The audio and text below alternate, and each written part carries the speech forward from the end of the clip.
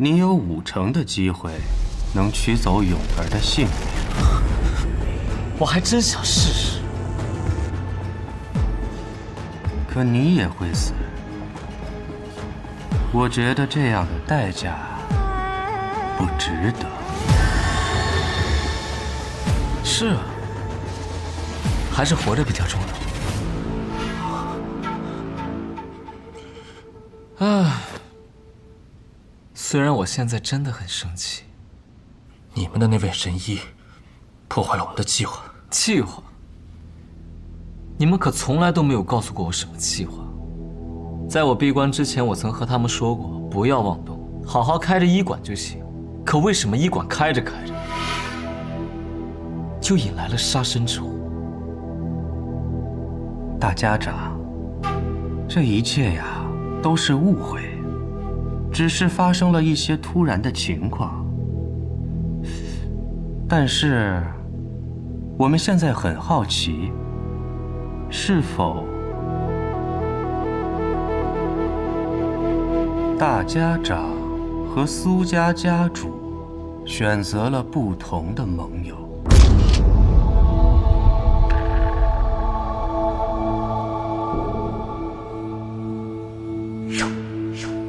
苏沐雨确实不知道我的选择，他到现在还是一心选择琅琊王，但是我不认同这个决定。琅琊王确实能够给到他想要的帮助，但是给不到我的，因为我要当江湖上的第一。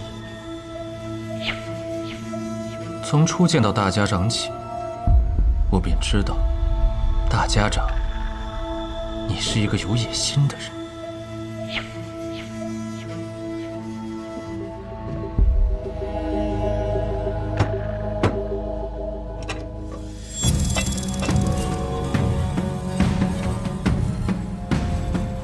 这是真言蛇，是别人从男爵给我送来的礼物，拥有奇毒，见血封喉，但性格温和。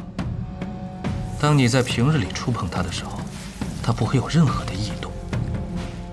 可若在你触碰它时说出谎话，那么即便是再细微的变化，它也会感受得到，转头一口咬向你。大家长，可敢一试？有意思的东西。为何你与苏家主选择不一样？为什么没有选择琅琊王？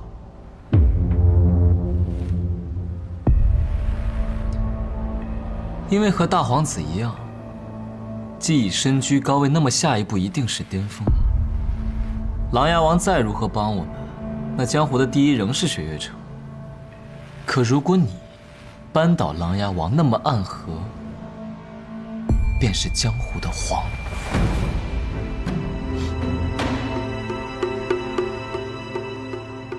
还真是敢说呀，江湖的皇，真是大大的僭越。那么，如果苏沐雨阻挠我们的计划，你会杀了他吗？杀了苏沐雨？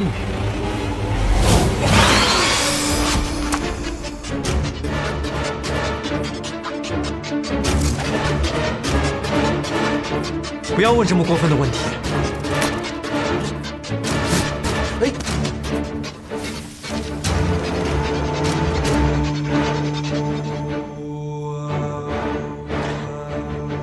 很值钱的。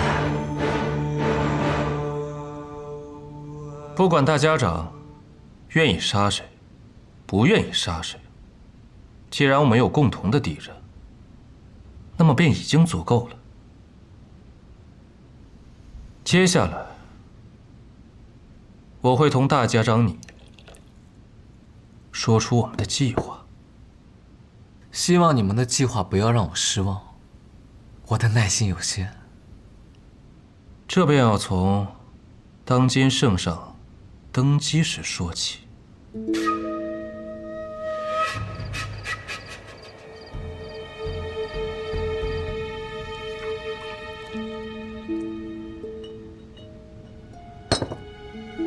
这酒好啊，就是不太经喝。今夜的大家长看来喝了不少。因为今夜我千杯不醉。虽然听起来是有几分无耻的计划，为达目的不择手段，但和我苏昌河很配啊。那么大家长，这座天启城会是你的。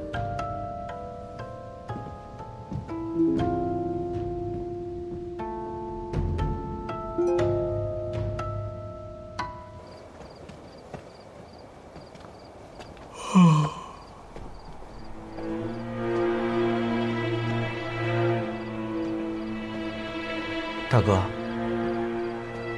你自出关之后，好像变得不大一样了。混属，我才出关多久？这同时间长短没什么干系，便是觉得你好像瞧起来更难以琢磨了。是因为阎魔掌吗？方才那木老头说，不必担心，我自有数的。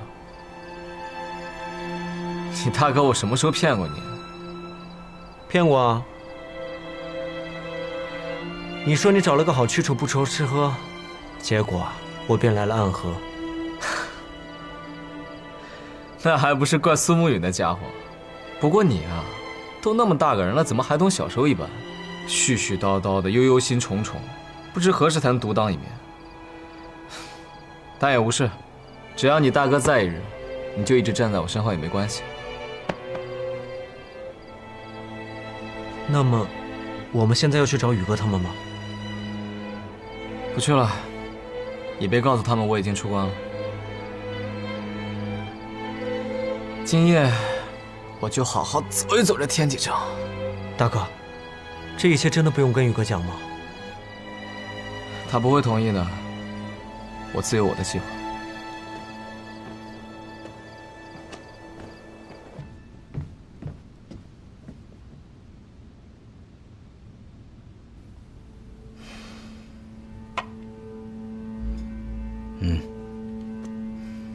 可是查到他们的下落了。他们自认为善于躲避，可是天启城中我这一脉同样姓穆，我们也善于追踪。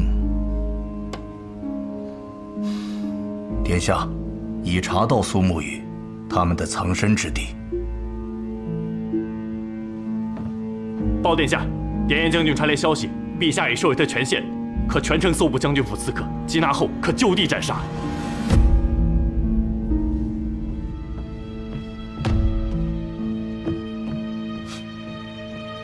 还真是有意思。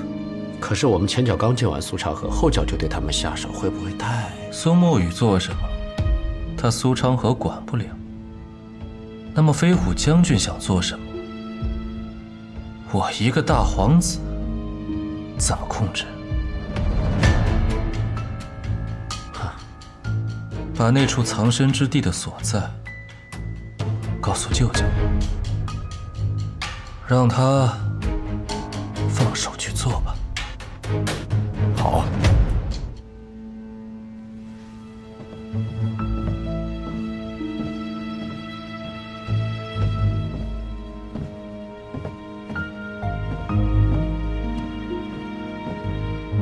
大皇子殿下，殿下，陛下有请。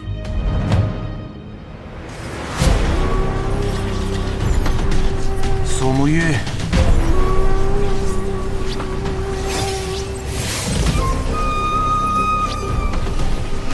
涅槃重生，你将会变得更强。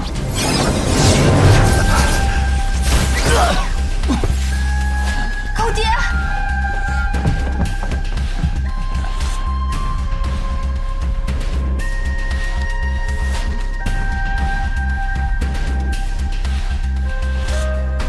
放心，他没得死。狗爹，你还逞强！神医，这书如何了？吴太，吴大爷便好。来了好多人，除了金无畏，还有别的高手正往这边赶来。你们带着苏沐雨、哲叔还有神医先走，我留下来拖住敌人。只有你一个人，太危险了。如今大家长不在，苏家主也晕倒了，那么暗河便是我最大，你们都得听我的，给我走。你们先把苏沐雨和哲叔扶起来。穆家主，为何不一同走？一起走的话，很快会被他们追上，而我留在这里用迷雾阵法拖住他们，他们会以为我们所有人都还留在院中。放心，我自有保全之法。可是，走啊！你们留在这里，所有人都会死啊！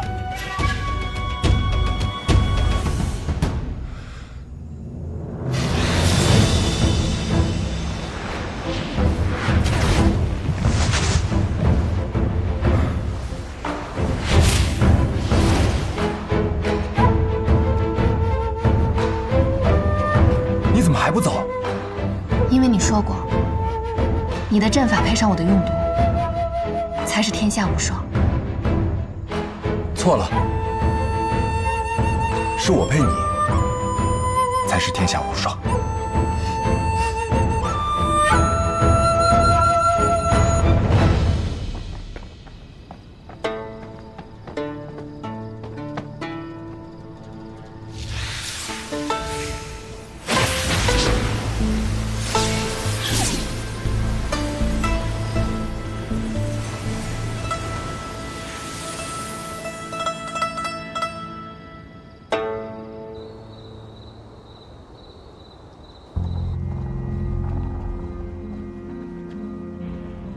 师父，我们为什么又回到药府了？最危险的地方，便是最安全的地方。先暂时在这里休整一下。也不知道穆清扬那边怎么样了。放心吧，穆家主有许多保命之法，应当无碍。待你们身后无人追踪，没有后顾之忧，我和银虎便去婉儿姑娘家探查。那我们便先守好苏沐雨，待她醒来再想想办法。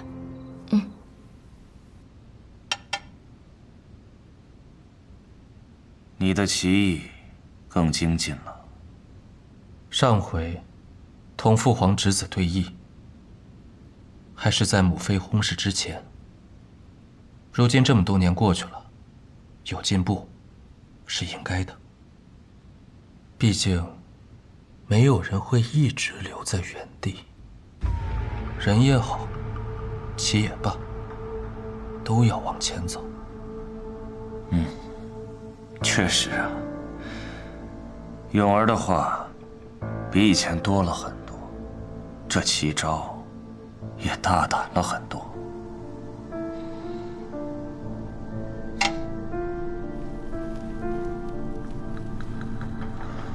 可是错的棋局，一直下去，便会满盘皆输。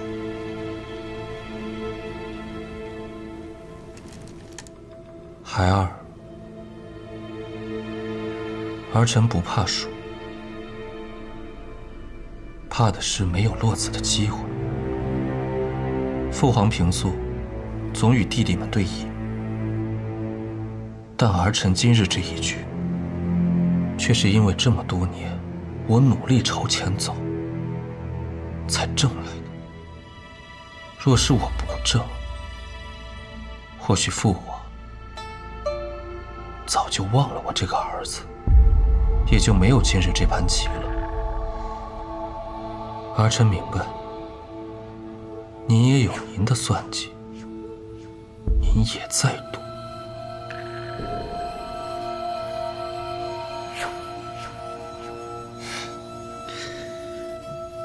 不下了，不下了，你先回去吧。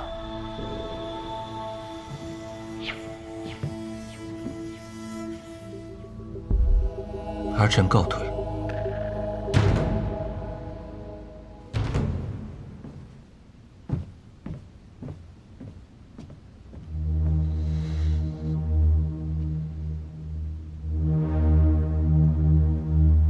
毕竟是顾的第一个孩子，待到尘埃落定，顾，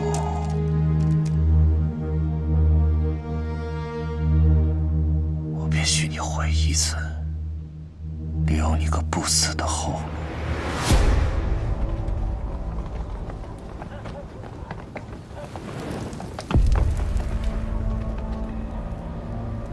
是毒阵，和那日在药府之外的一模一样。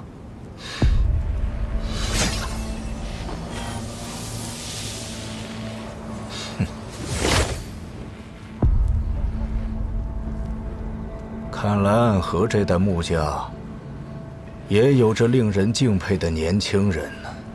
穆叔公，你可有办法破阵？交给我吧。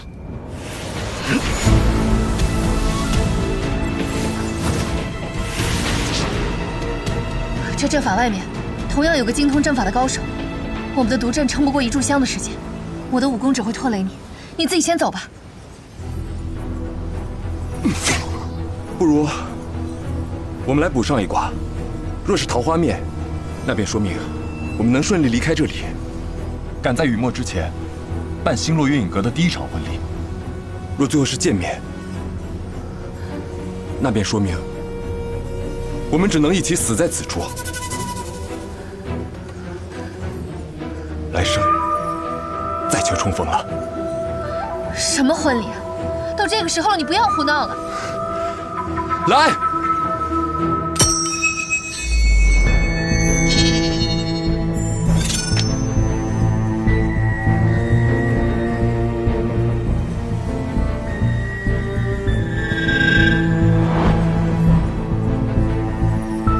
这算什么？这便叫逢凶化吉。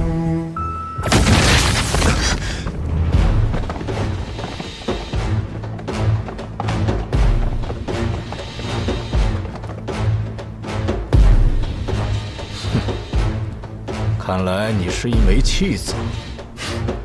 弃子吗？可是我的身旁有人。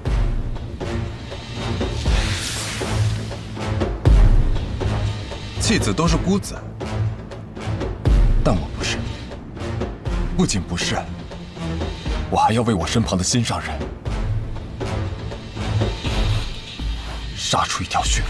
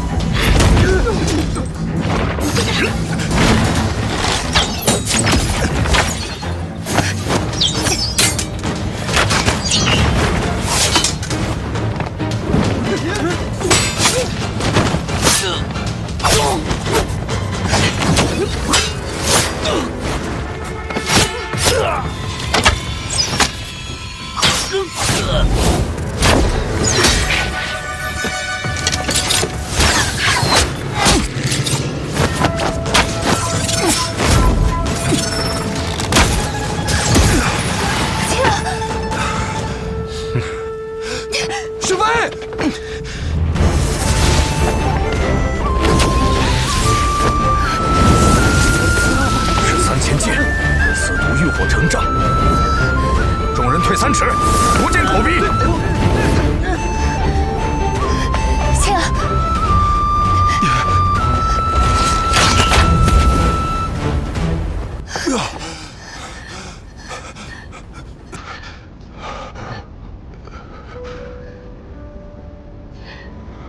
你不许死！你若是死了，我就不答应你在星落月影阁成婚。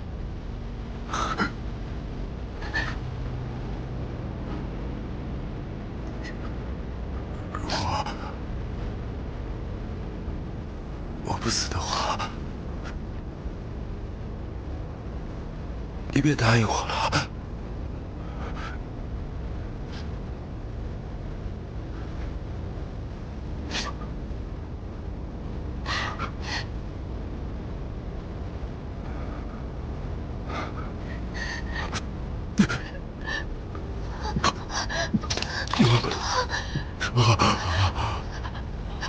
青阳，青阳，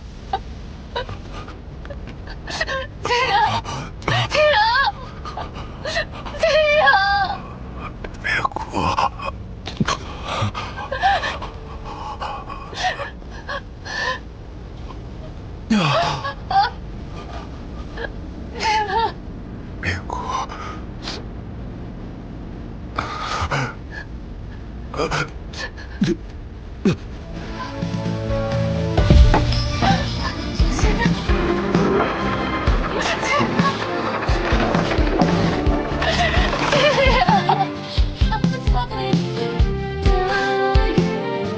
就是想逗你笑笑。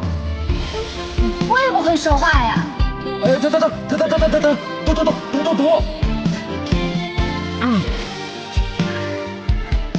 忍多劳嘛。啊，我死掉了。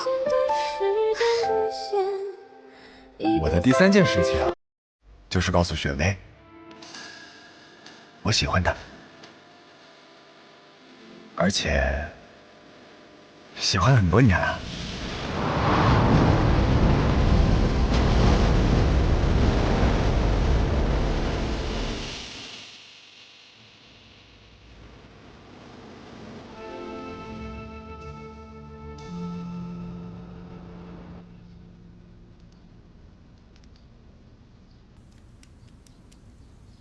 要入冬了。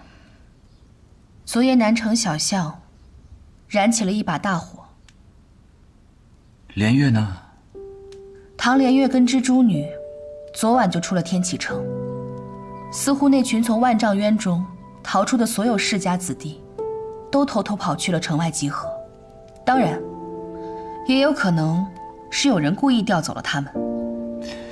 那雪月剑仙，可愿意帮我？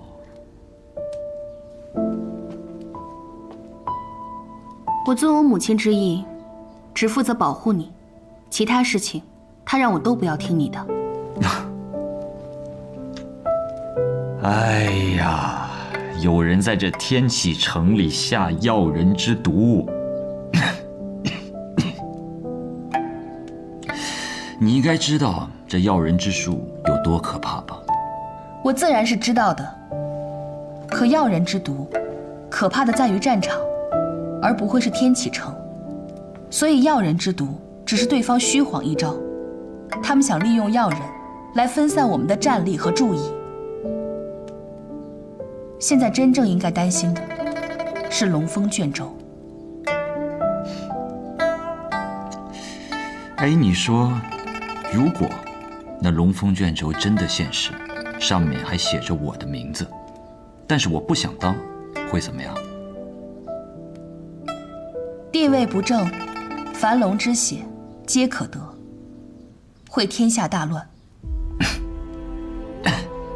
如今南面狼牙军已经陷入了苦战，而父亲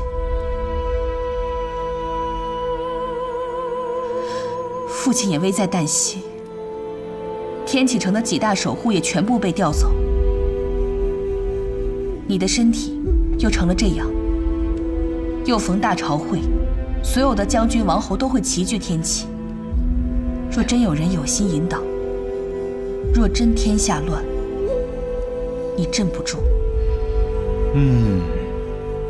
雪月剑仙，你第一句话说的特别对，那就是现如今这龙峰卷轴确实是更需要去解决的麻烦。可是呢，我寻了这么多年，一直也没寻到，所以我只能等到他们按耐不住的那一天。他们想利用大朝会做文章，我只需要抓住机会，在龙峰卷轴问世以前把它截住就好了。所以啊，刚才有一点你说的不对，那就是在天启，无论何时，天下大乱，我萧若风永远镇得住。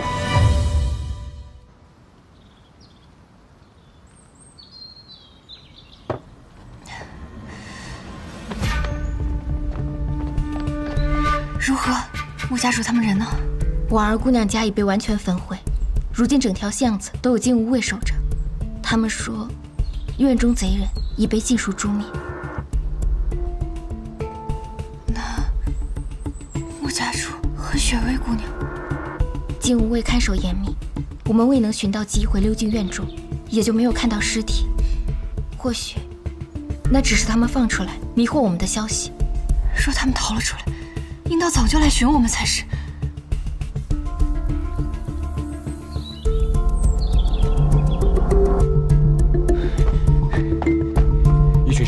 将附近也都围了起来。也是金无畏他们吗？不是，装扮不像。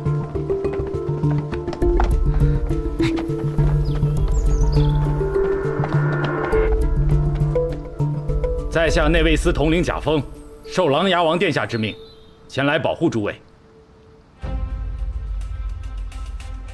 我以内卫司查案之名，已将附近的3条巷子都封锁了起来。不管是金无畏还是大理寺，他们都无法进入此处一步。既是来查案的，那我就问你们琅琊王殿下，要一个人。神医，请说。金无畏副统领李仙之子。贾峰明白。告辞。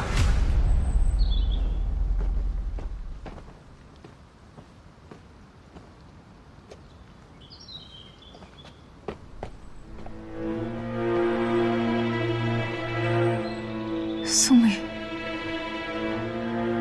穆家主和雪薇姑娘他们昨夜留在了那处小院之中。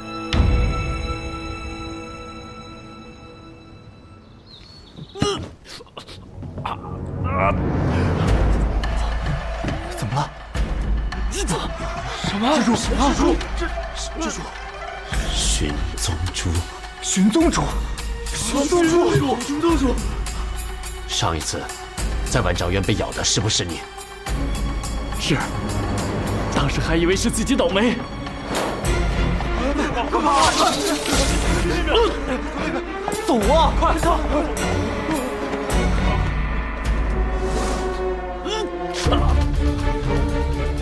成事不做，去跟外面的守卫说，跑！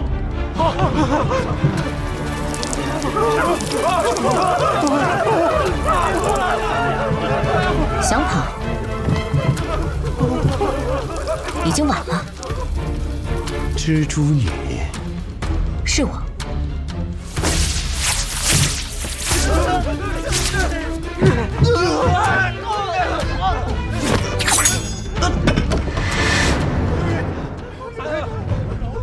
就算你发出令箭也没有用。此处山庄中的所有人，已经都被我解决掉了。不愧是出自唐门的玄武石，加上暗河的蜘蛛女，还真是杀人于无声无息。随我出去，把一切都交代了。小心！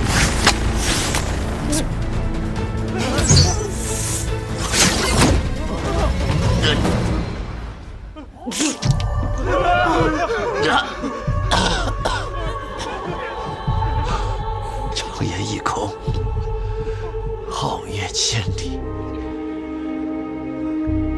诸位，在下先行一步。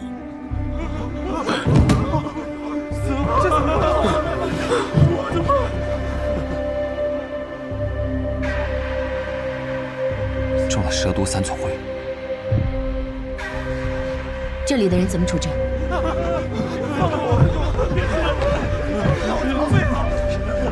我会传令让内卫司派人将此处封锁。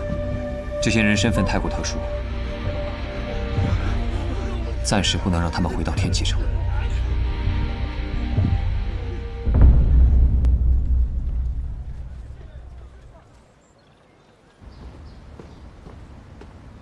殿下，凤溪山庄遇袭，周遭已被唐灵月带人封锁，皓月君中了蛇毒，已死。明白了。殿下似乎并不在意。一群棋子罢了。既然是棋子，落在谁的手中，又有什么区别呢？退下吧，就让他们拿着这一堆烫手山芋，好好体会一下手足无措的感觉吧。是。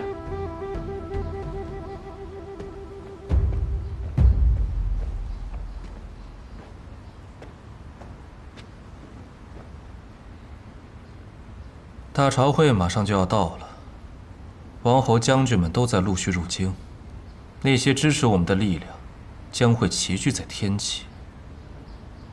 只要再用上那件东西，这亦是将我们的敌人一网打尽的最佳时机。距离最后拔刀的时候，已经不远了，舅舅。昨夜你从皇宫归来，他可有说什么？说什么都不紧要了，舅舅。他既然没有将我扣留在宫中，便说明他是默许我的动作的。他或许也在期待着我与琅琊王一战。一个不受重视的皇子，一个功高盖主的王爷，怎么算，对他来说，都不是一笔亏损的买卖。我这位父亲呀，生性多疑，多情又无情，天生的帝王之才。永儿，我永远都记得我母妃病死的那一日，凄冷的宫殿，冷漠的眼神和那些虚假的哭泣声。从那一天开始，我便已经在准备这一天的到来了。我要拔剑斩断所有的不公，我要夺回原本该属于我的一切，我要立于神之巅。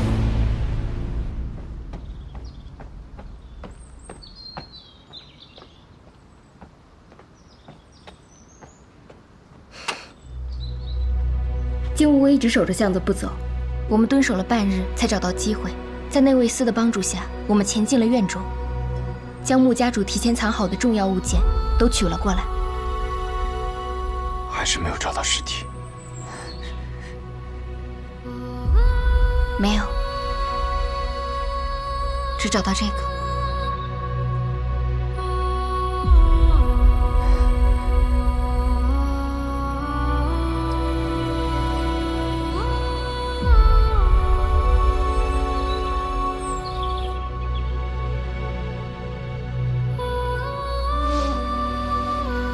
让门外那些内卫司传信给琅琊王，合作之时我会竭尽全力协助他，但除却合作外，万和如今于天启留下血仇，当与天启城报德后再离开。若与琅琊王计划相悖，让他勿要阻拦。领命。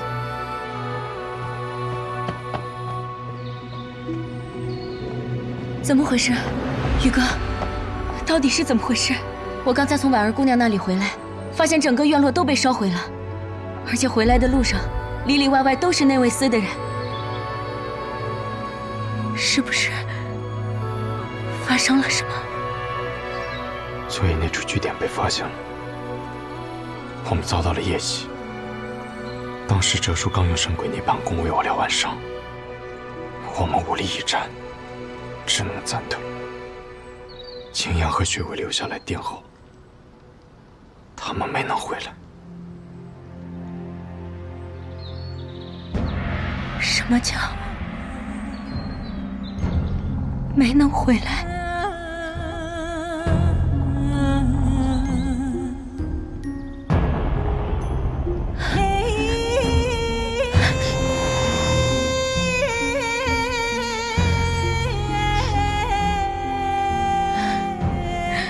宇哥，曾经的我们，同伴的生死，好像是一件习以为常的事情。但现在真的一切都不一样了吧？前往彼岸的路上，我们究竟还会失去多少同伴？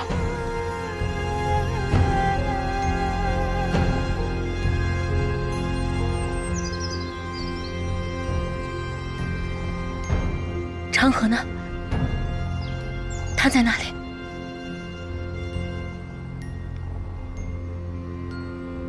我已经让萤火他们去唤他回来，如今不是闭关的时候了。宇哥，大家长已经不在密室中了。不在。也就是说，他明明已经攻城出关了，却没有立刻回来找我们。他去哪儿了？宋玉，他有过这种擅自行动，却没有告诉过你的时候吗？记忆之中，只出现过一次。哪一次？当初昌河要杀大家长，夺取绵龙剑之时。是否大家长另有打算？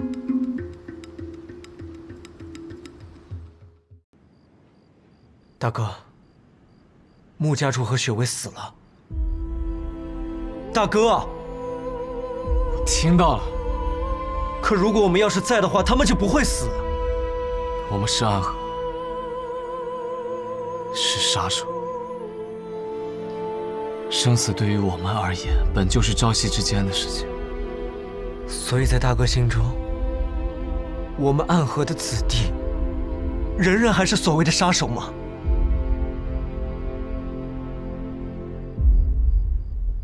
我们仍未走到彼岸，也没有摆脱他人的控制。你听明白那日大皇子的计划了吗？他想趁大朝会的前夜，让那些因自家子弟成了要人而被要挟的将军王侯，在天启城发动暴乱，同时亮出龙峰卷轴，让龙峰卷轴和要人之乱同时出现，然后嫁祸给琅琊王。最后自己再出手平乱，杀了琅琊王，以此吞并琅琊王的势力，铺平自己的夺权之路。是啊，这个计划若是几个月前和我说起，我只会当一个笑话。可琅琊王目前也似乎进入了四面楚歌的境地，战场之上，雷梦莎败退洛雷山；朝廷之上，皇帝也不像从前那样信任他，而他的身边，几大守护也纷纷离去。所以大哥，你就选择了更有利的一方吗？唯利是图，从来都是我最大的优点，不是吗？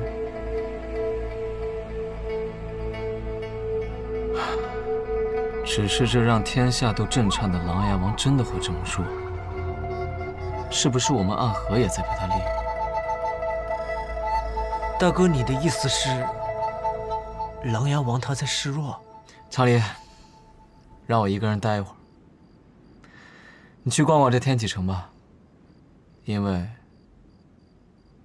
我们也要马上就离开了。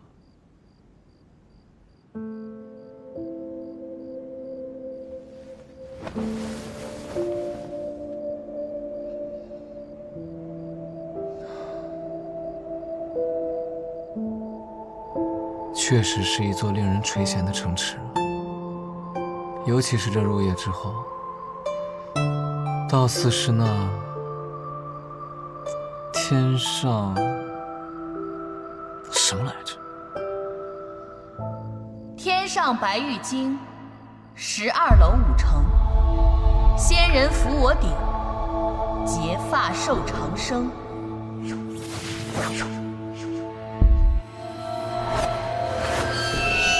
天启城到底是天启城，独自一个人坐在高楼上看着月亮，结果一个转头就碰上了一位剑仙，雪月剑仙李寒玉。你要再敢动一下，我的这把剑恐怕就要见血了。雪月剑仙为何来天启城啊？那大家长又为何来天启城？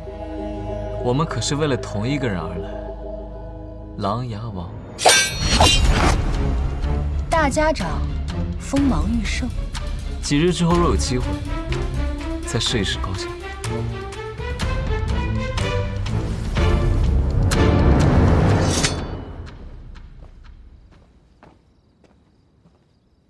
外面内卫司的人传来的消息。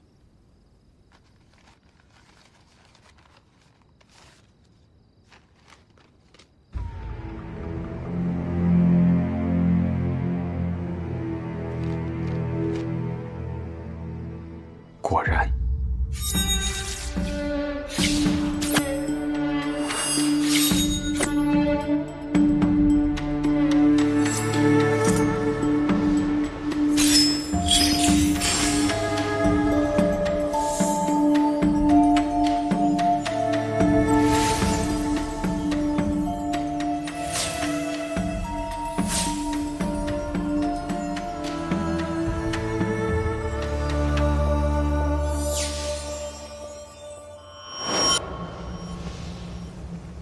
李正启，你在哪儿？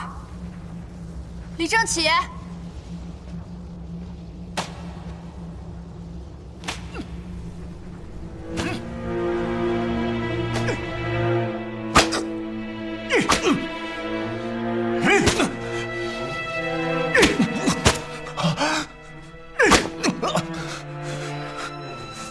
生了你这么个没出息的东西，你怎么对得起我们李家的列祖列宗？废物！你简直就是废物！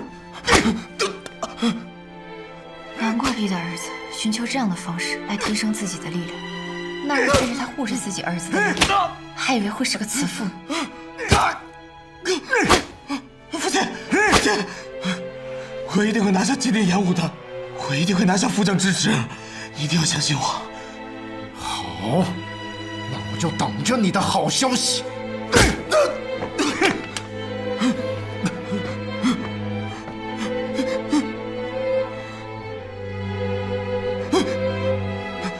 也罢，我来此不是为了窥探你的过往。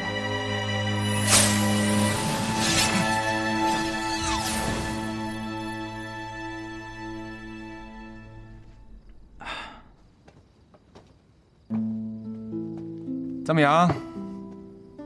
现在你的筋骨已经完全稳固了吧？哲叔，为何你不用吃药啊？我又没受伤，我吃什么药了？哼，我不过是给你传了点我的功力，更何况我那个女还帮我试过针。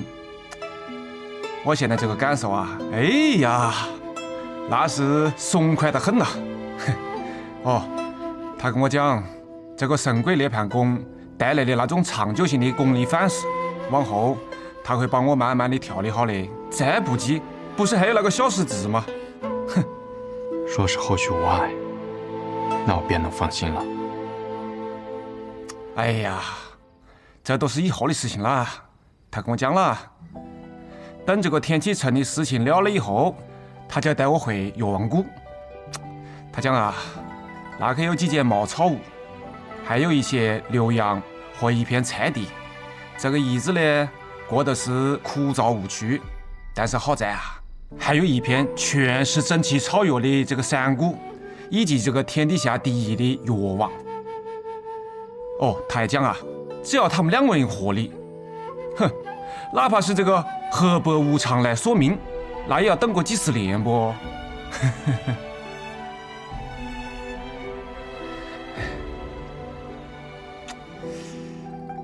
你觉得啷子啊？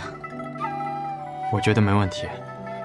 两位神医同时医治，哲叔定能完全康复。哎，不是，我讲的不是这个，我问的是，你觉得回药王谷怎么样？你不去吗？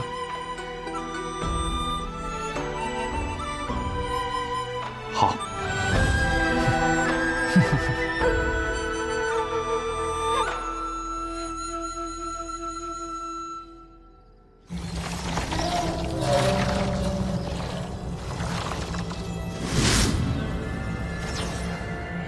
成为药人之后，竟是这种感觉，实在是令人惊骇。今日就先到这儿了。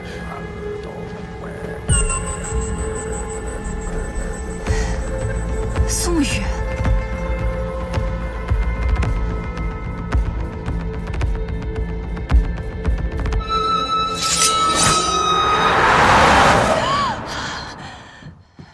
师父，没事。 李正启没有见过苏沐雨，所以方才那不是他的心魔，是我的心魔。龙凤现，天地变，风云起，狼牙定。龙凤现，天地变，风云起，狼牙定。龙凤现，天地变。把嘴给我闭上，都不许唱了，散了吧。 真是没完没了了！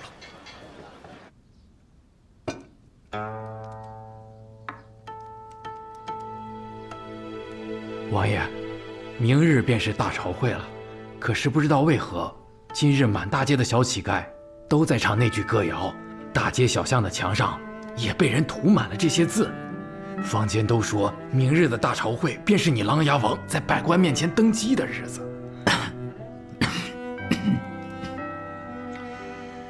那还真是很合适啊！百官之前，天命所受，众将拥戴，便是帝辛、东夷。还有，王爷麾下的好多将军啊，都传来密信了。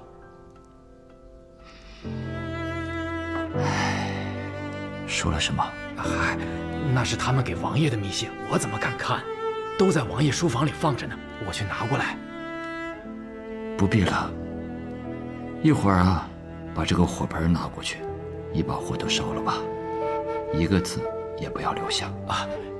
是。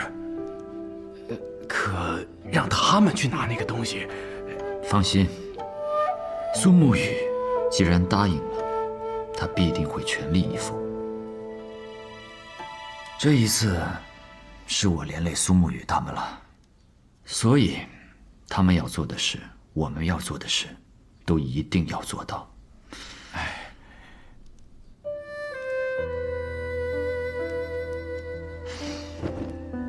去把我的球衣拿来吧。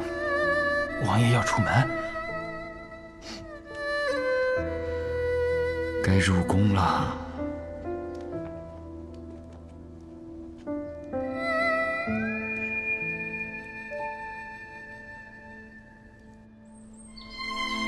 这一次，婉儿姑娘好心帮我们却害得她家都被烧了，真是有些过意不去。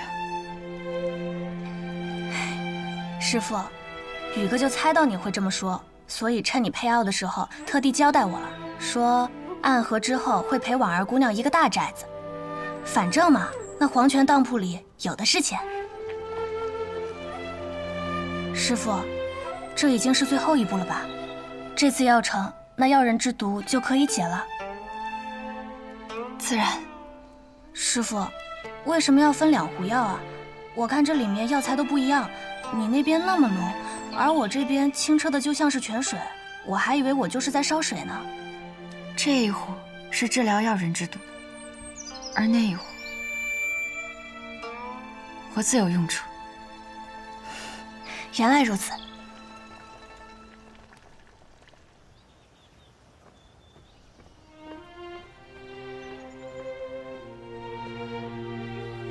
宇哥。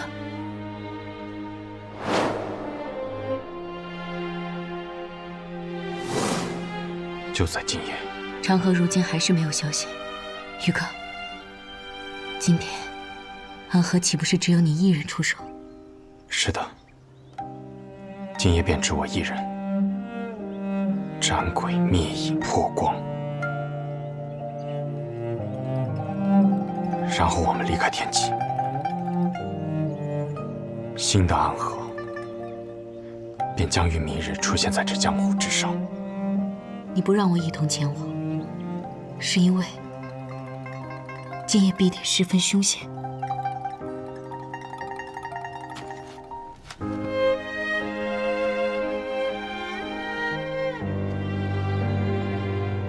是，今夜之事会很凶险，生死只在一瞬之间。可这是我带领暗河选择了这条路。所以，当陆行之顽石阻拦之时，也当由我持剑避开。你这个人看似温柔好说话，可真要下定了决心，100头牛也拉不回来。不过宇哥，你跟之前有很大不同。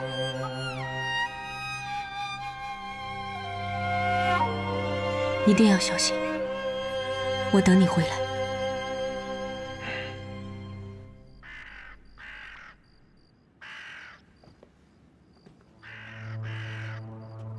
夜风寒凉，外面又有鸦叫，为何不关上窗子，挡住这晦气？晦气，那是送给琅琊王的晦气。我正在听这些乌鸦为我这位皇叔鸣叫丧曲。今夜过后，琅琊王便是史书上遗臭万年的一页纸，意图谋逆，然后为了要挟朝中重臣，绑架他们府上的公子，还给他们下了毒，更是意图利用这些公子，打造一支不眠不休的军队。啊，真是恐怖啊！而我们，则是为了阻止谋逆不得不出手的忠义之辈。这一次，我不会再输了，因为他气数已尽，孤立无援。你先退下吧。是。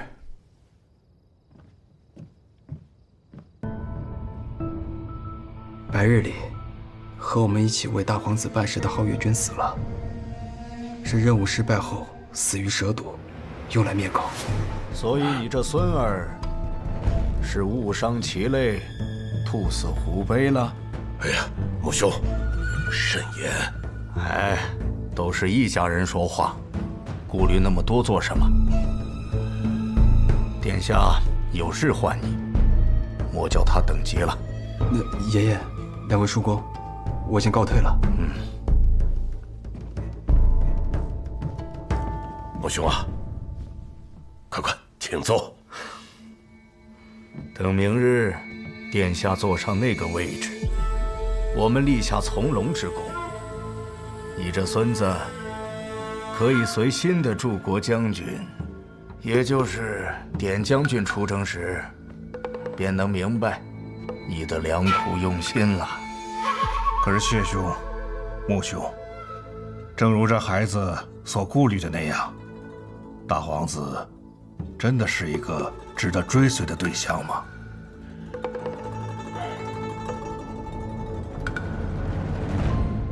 为何不是？大皇子乃天皇贵胄，皇室正统，正乃光明所在。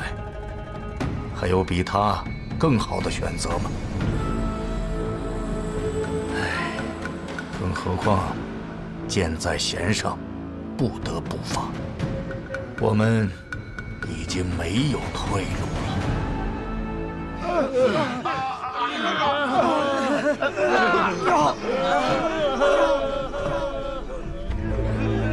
玄武使，我若成了怪物，我爹不会放过你的。玄武使，现在怎么办？若他们真死在这里，这罪怕是落在咱们内卫司头上了。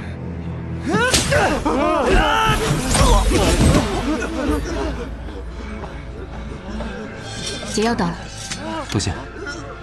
解药到了，给我解药。你闹事，最后一个指，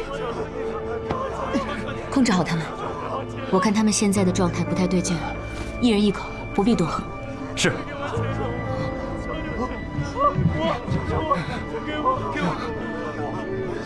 多亏雨墨姑娘及时到了。我只是个送药的，要谢，应该感谢白神医。小神医，药好了，已经好了。这是我千辛万苦才熬制出来的。雨墨大美人，你可一定要护好。放心，这药该如何服用？一人只需服下1口，药到病除。多谢。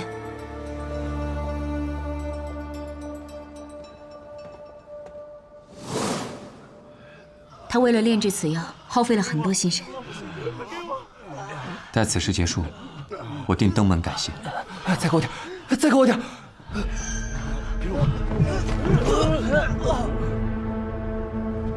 怎么会这样？这解药有问题吗？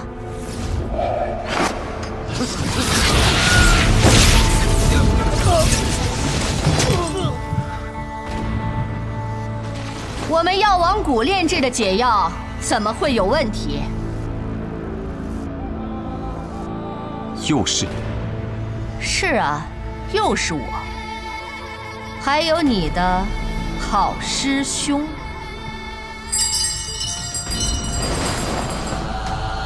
师兄，小师叔虽然已经解了这些人身上的毒，可只有将毒主的毒也解了，或者是彻底杀死的时候，才算是真正的结束。小师叔没有看过那本书，所以他不知道这件事。现在我们知道了，而你也该去死了。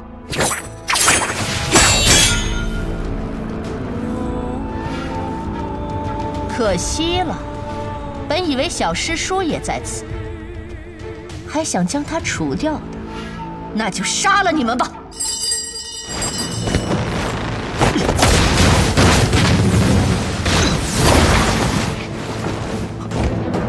你认得他是你的师兄，可他却早已不认得你为何人。这样的厮杀，可真是令人感到兴奋。闭嘴！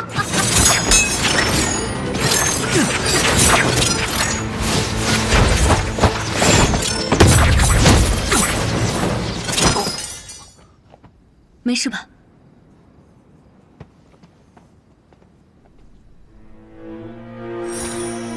为何不用你那3道暗器？若真不顾一切，使出我的所有暗器，就算能赢，师兄的身躯也会变得残破不堪。看来，还是需要我。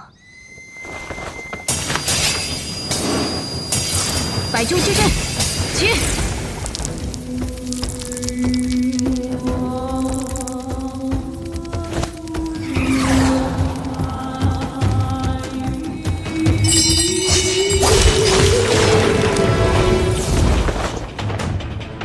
蜘蛛女，你以为凭借你的区区100只蜘蛛就能杀死一名金身要人吗？如果这些蜘蛛都服下了这个呢？解药溶于血液，那他的药人之毒是不是就可以解了？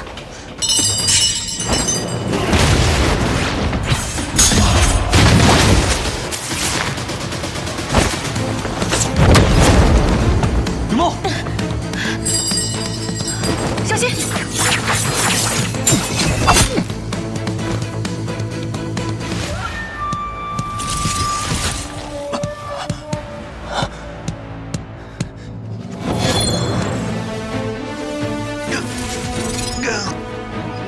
好疼！这是师兄遇到我之后第一次开口说话，那解药果然开始走向。哎，别过去！他之前融了雪薇身上的毒，后来又在鹤羽药庄把所有的毒气都吸走，现在身上5毒俱全。你疯了！大师兄体内的毒基本已经解了，只需要用真气将其余的毒逼出，便能无恙。可他身上其他的毒还没有解。无妨，我是唐绵月，这点毒奈何不了我。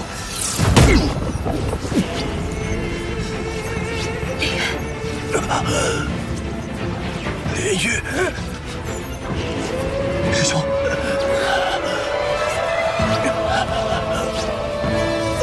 连月，杀了我！我都不藏留佛，已经无药可救。杀了我吧！想死没这么容易。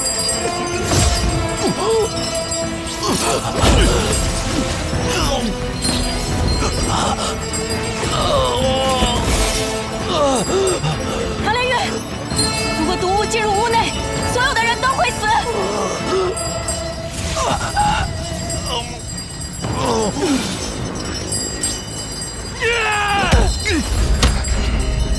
师兄，杀了我！杀了我！连月，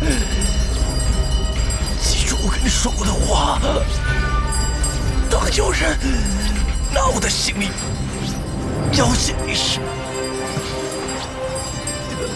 别管，向前冲！啊！听见了吗？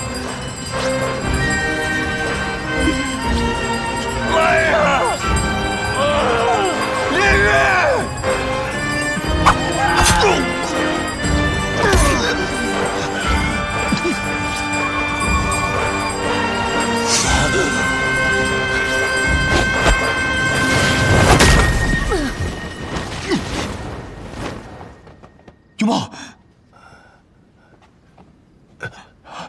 真是对不起啊，李渊，唐门，以后就拜托你了。用一双眼看世间的绝，一缕风将生为命吹灭。请你当下我这场的女子，你要好好珍惜她。大师兄。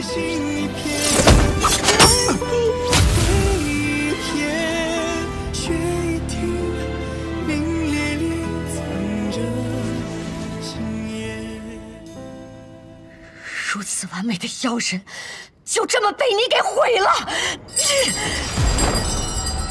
这三位之前亦是接近逍遥天境的高手，可惜不如你师兄天资卓绝，可以炼制金身耀然。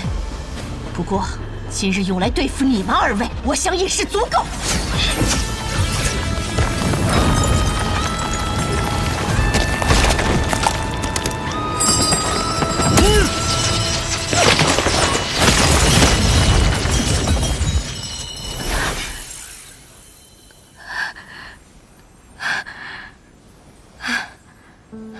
云梦，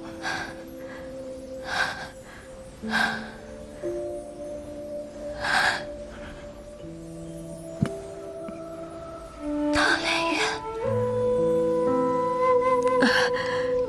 我最后问你一遍，你到底会不会娶我？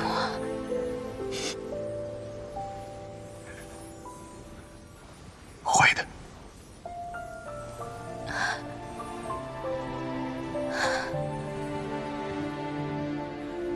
相逢唯愿最初目光，一如过那你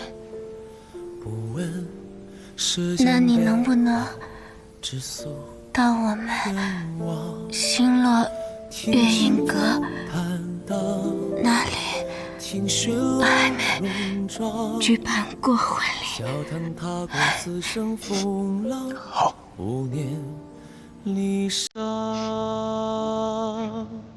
都因你遥遥相望时的年少，这山河无恙，你别来无恙，相醉数阳。我怎么来呢？能不能针扎大一点？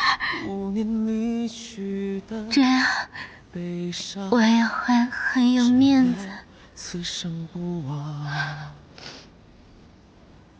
毕竟之前都是我在追赶你，在宇哥他们面前也有些丢人呢。岁月如常，为你热着心底半生安和汹涌，愿望，青云阵地，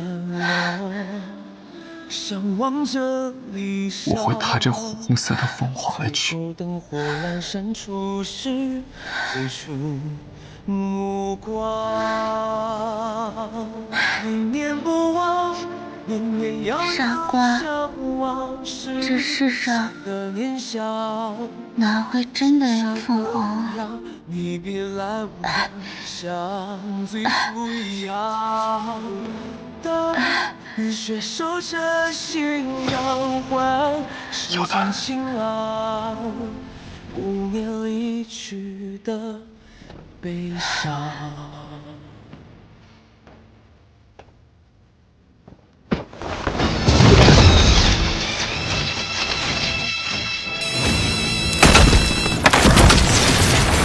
这是九江琵琶境外，我以3道暗器名扬天下。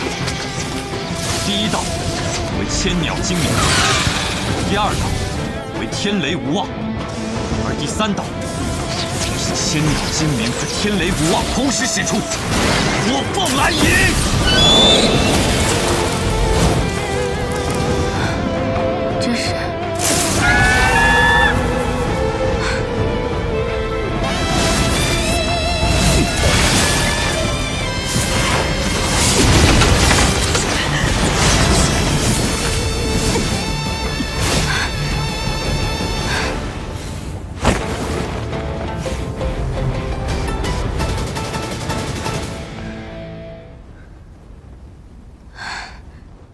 原来真的有凤凰。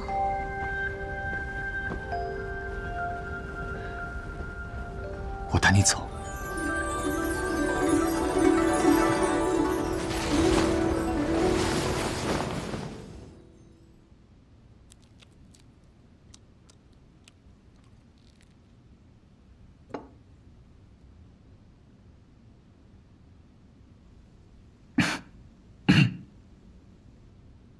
皇兄，你唤我入宫，总有什么事情要谈吧？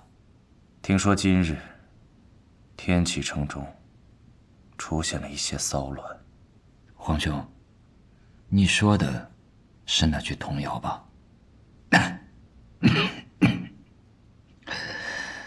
难道皇兄也以为我会在明日大朝会之时造反吗？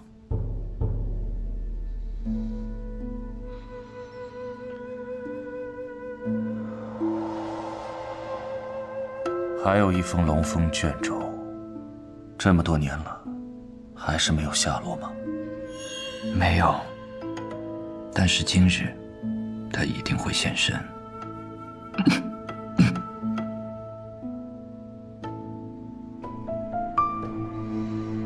若风，我永远相信你。可是你要知道，这世间并不是所有人都如同你这般拥有绝对的准则。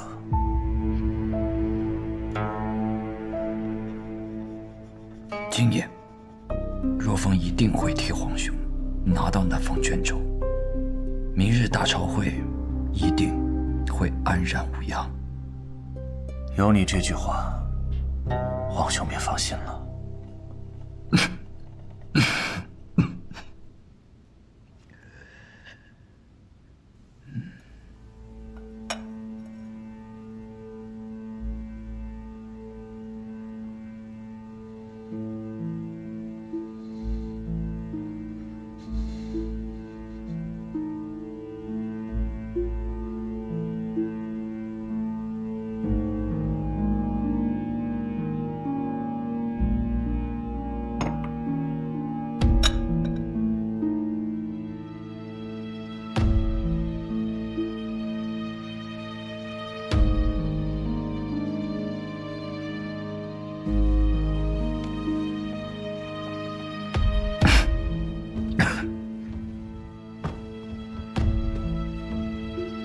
今日的茶点不错，茶水也很好，都是景轩公公精心准备的吧？替陛下分忧。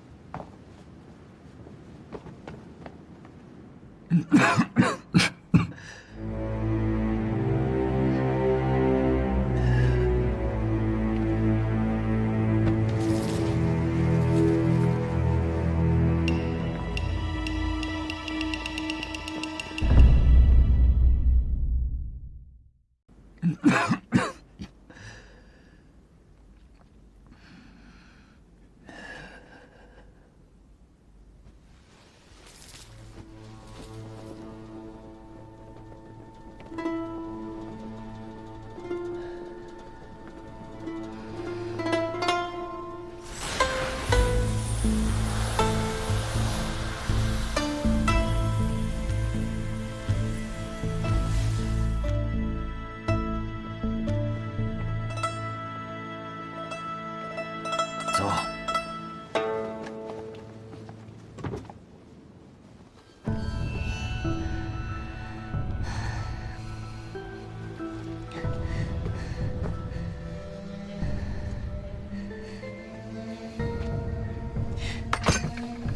绿儿，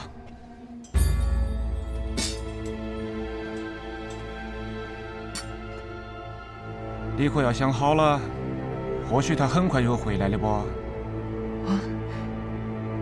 心中不安。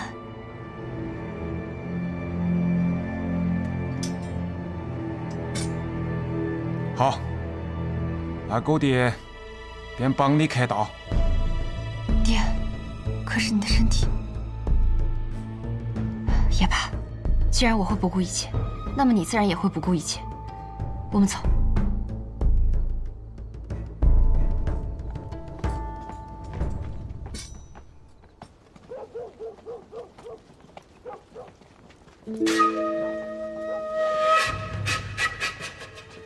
停！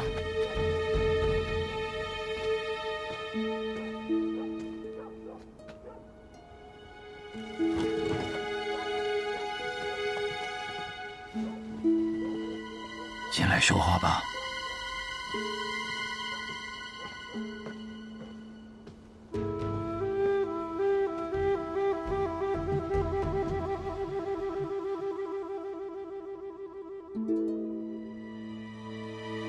你的寒毒为何突然发作的这么严重？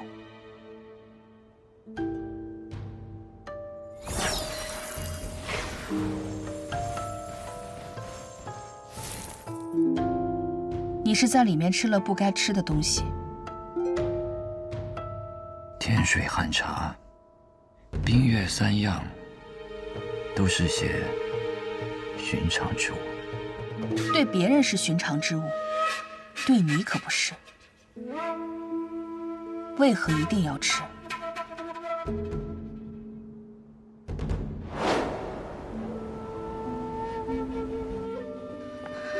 如风怎么样啊？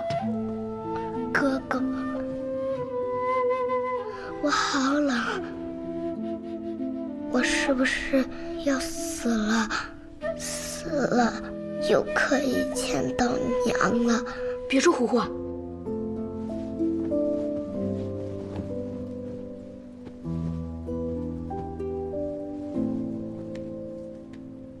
手这么冰，还不盖好被子？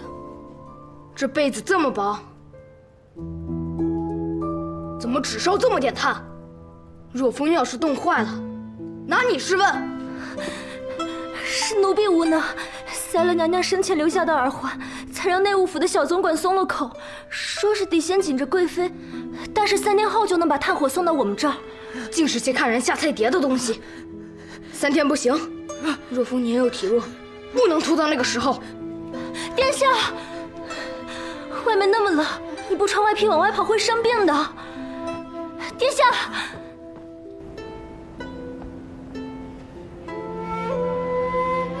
要的就是这样。我和弟弟再不受宠，也是皇子。我要让所有人都看到他们内务府是如何苛待我们的，看他们怎么在父皇那里交代。明日就是大朝会了，你觉得那些糕点是你皇兄特地为你备上的？这个答案很重要吗？我觉得是骁勇他们备下的，但你的皇兄一定知道，他只是装作什么都看不到。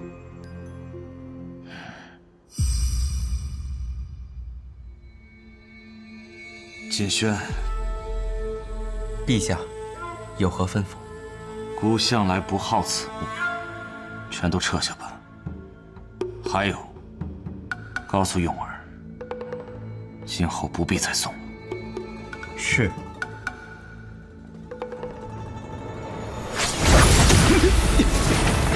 我当如何？原来是前任的几位大贱，卓清公公的师弟。3位公公，既然已经入了皇陵，为何还要出来参加这天启城的纷争？即便你们蒙住了面庞，即便我与你们从未见过一面，可我还是可以通过你们的功法认出你们。你们的所为，真以为能瞒住天下所有人吗？瞒不住又如何？史书是由胜利者撰写的，即便你是雪月剑仙，但你还是太过年轻。以你的能耐，能胜过我们3人吗？我李寒衣出剑，从不看把握。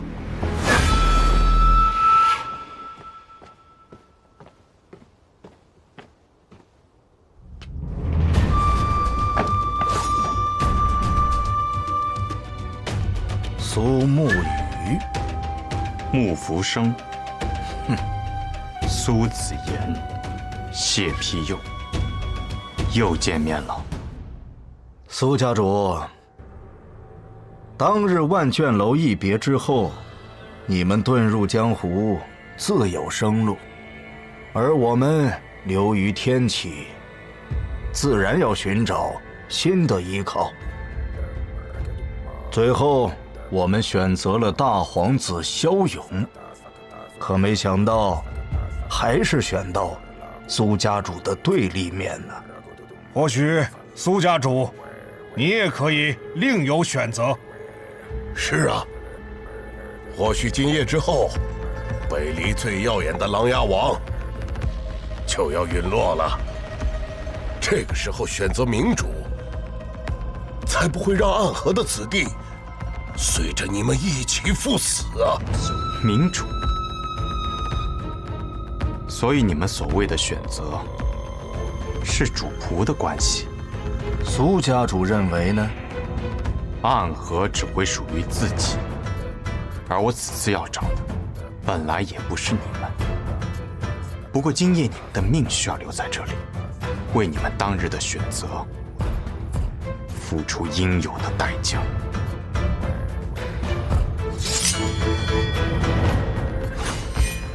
你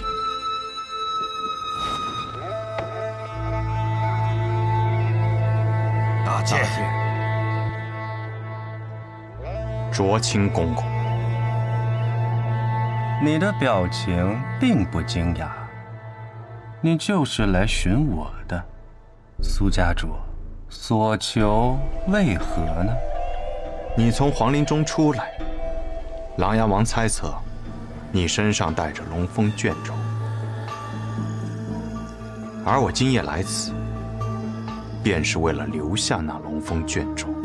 哼，这便是你和琅琊王的交易吗？暗河的杀手为天下的大英雄琅琊王争夺一份前朝留下的传位诏书，这件事情听起来还真是让人觉得有几分可笑呢，像是只有那些站在光明中的人才会做的事儿。我今日做这样的事，便是为了让以后的暗河在做同样的事的时候，不再显得可笑。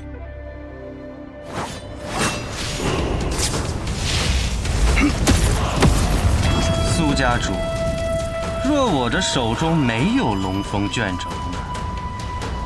那也无妨，因为今日除了龙凤卷轴外，你有一样东西和他们一样，也必须要留下。什么东西？你的命。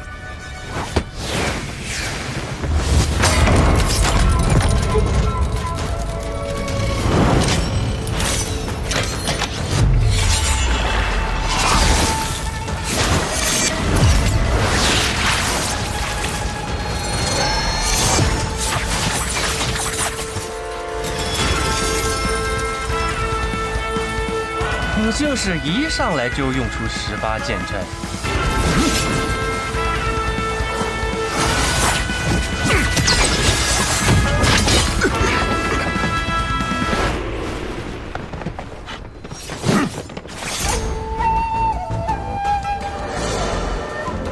你们，桃儿，本来只有我们2个人来的，可他们知道消息也偷偷出发了，来的不早不晚，正是时候。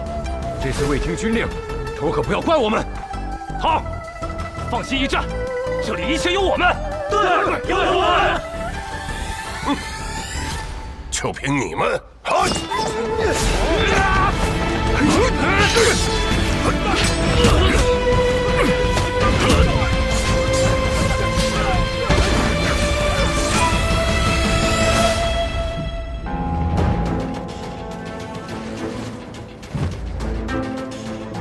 夜钟已明，此刻宵禁，今夜不会有他人来扰此战。天启的朱雀大街最是繁华光明，适合苏家主这样的暗河鬼葬身。多言！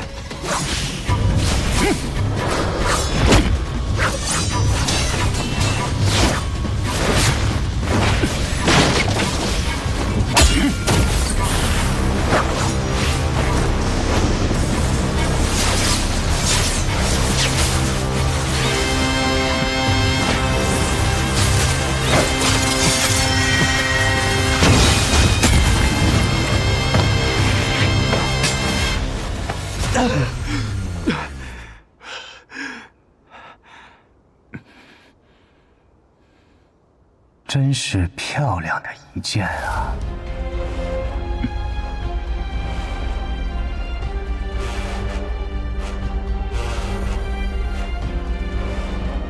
听闻卓清公公曾只差半步之遥，便能跃入神游玄境。是。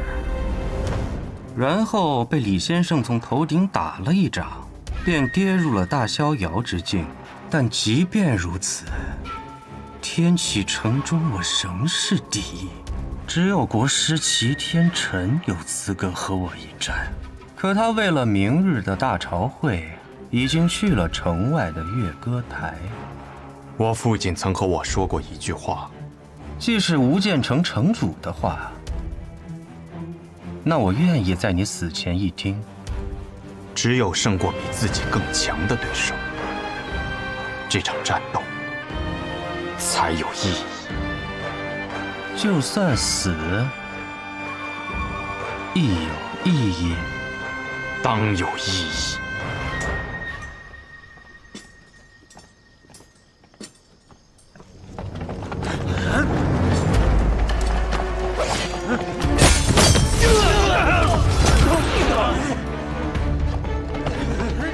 大果敢动我的驴！驴啊，你放心去找你的心上人，魑魅魍魉，在我的天魔之物面前不堪一击。阿爹，破船还有3000钉。驴啊，狗爹答应你，我不会死的，你放心去嘛。这是约定。这是约定。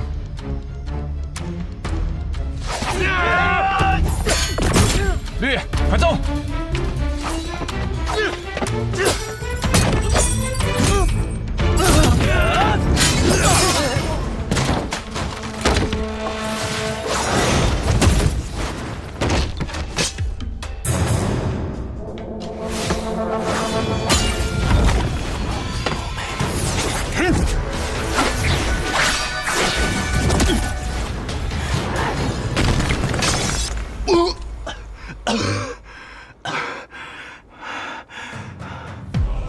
这便是你所说的意义？是。蚍蜉撼树，不自量力。你想要杀我，实力还不足够。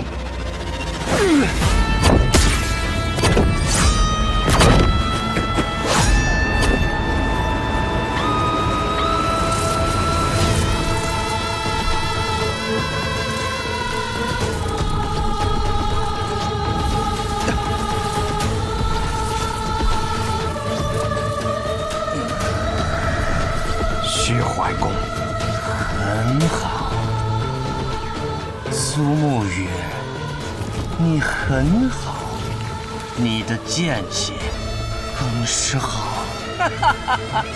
你想吸走我的剑气，助自己再次破境。苏家主很聪明，若非此刻为敌，或许我愿意交你这个朋友。我和大剑必然不会成为朋友。于黑暗之中苟活的杀手，倒有与之不配的骄傲。我们身处黑暗，却心向光明。而你们立于光明之下，却陷入自己内心的阴影之中。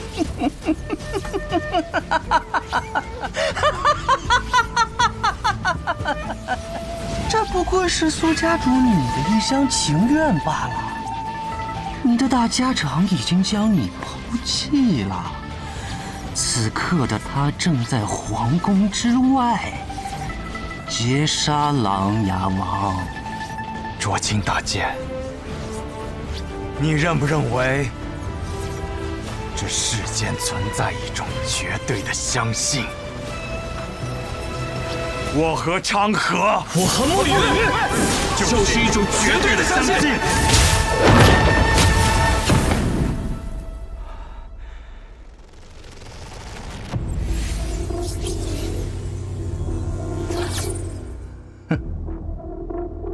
大家长，是我，暗河的大家长，你卓青的送葬师。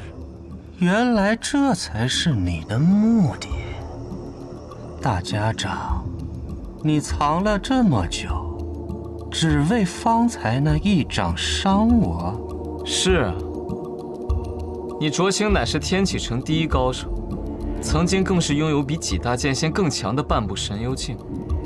若不找机会让你受伤，我们怎会是你的对手？你是如何躲过真言蛇的考验的？哼，那日我与你说的并没有错。我和沐雨的选择不一样，他想要和琅琊王结盟，带领暗河走向光明，而我从见你的第一面起就有了新的想法。如果我没有猜错，你的虚怀宫、叶鼎之的虚念宫，还有我们暗河的研魔掌，根本就是出自同一本秘籍。我们的功力是相通的，而如果我能吸走你体内虚怀宫的功力，那我便将天下无敌。狂妄！哼，狂妄吗？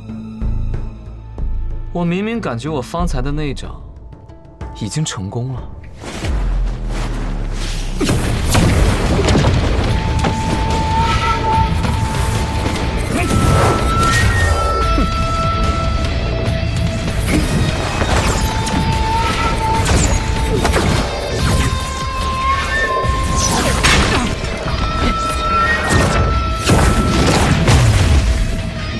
这便是研魔掌第9重。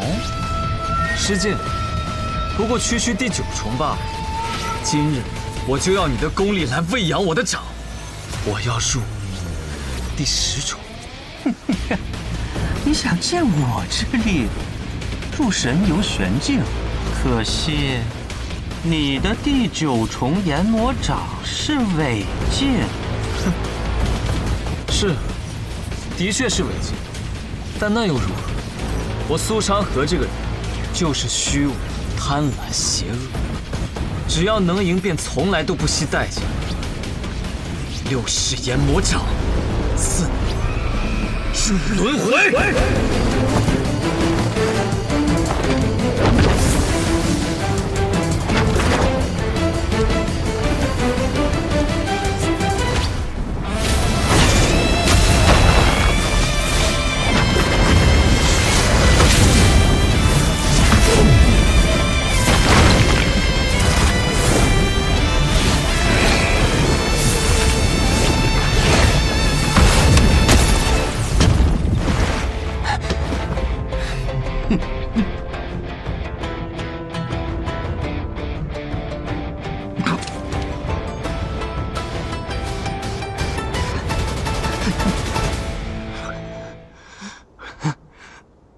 你这掌中还有毒？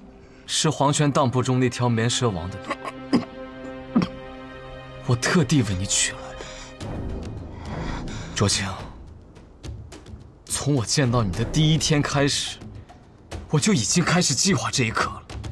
我忍了这么久，配合你们演了这么久的戏，我就是为了在这里杀了你。为了杀我？当然。距离我们第一次相逢，已经过去20多年了。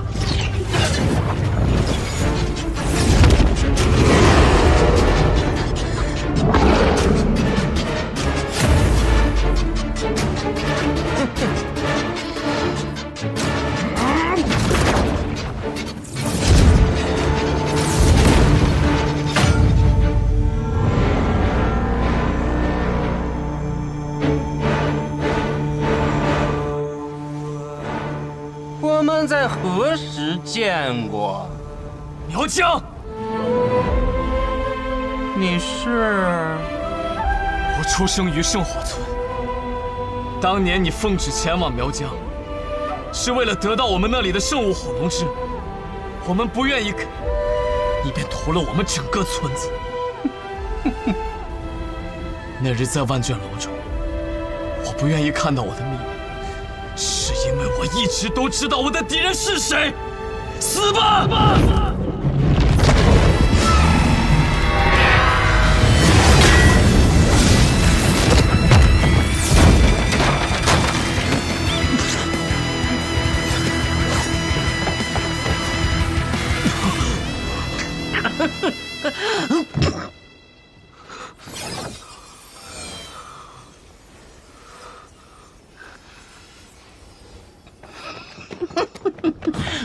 唐杰，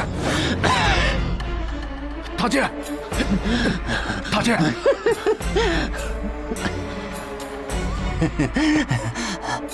杀了他们。好。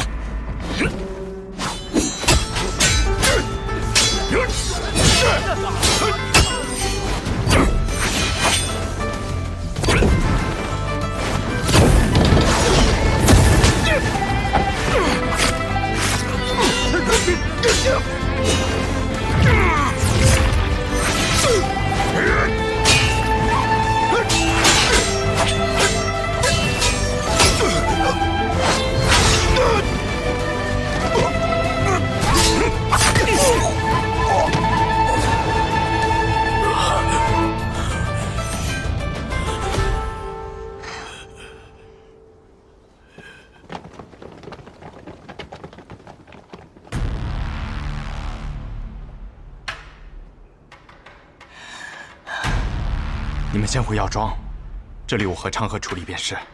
是。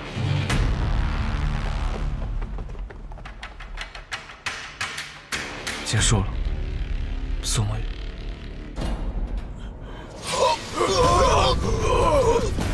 老金，你在做什么？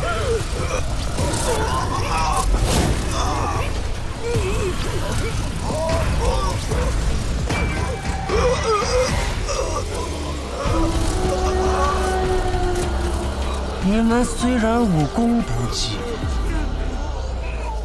但毕竟每个人都深藏几10年的内力，反正免不了一死，便将身上的内力都给我，让我重回那半步山崖。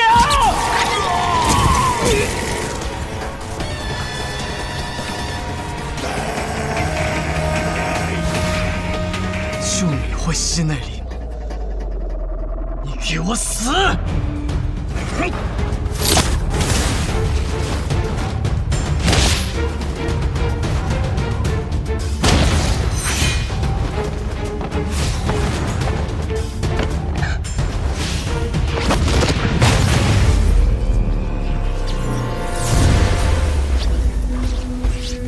我修习虚怀功的时间久矣。被我吸取功力的人不知凡几，你竟然异想天开，要吸取我的功力也不怕被称爆！暗河的送葬师也是鼎鼎大名，今日我便先为你送葬，再去杀了那纸伞鬼！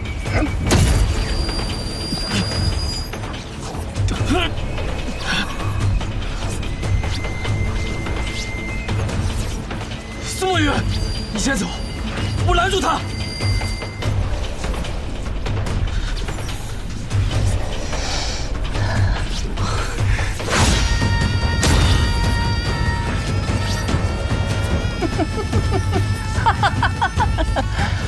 没有用的。虚怀宫和阎魔掌同出一源，一旦开始吸取功力，就无法停下了。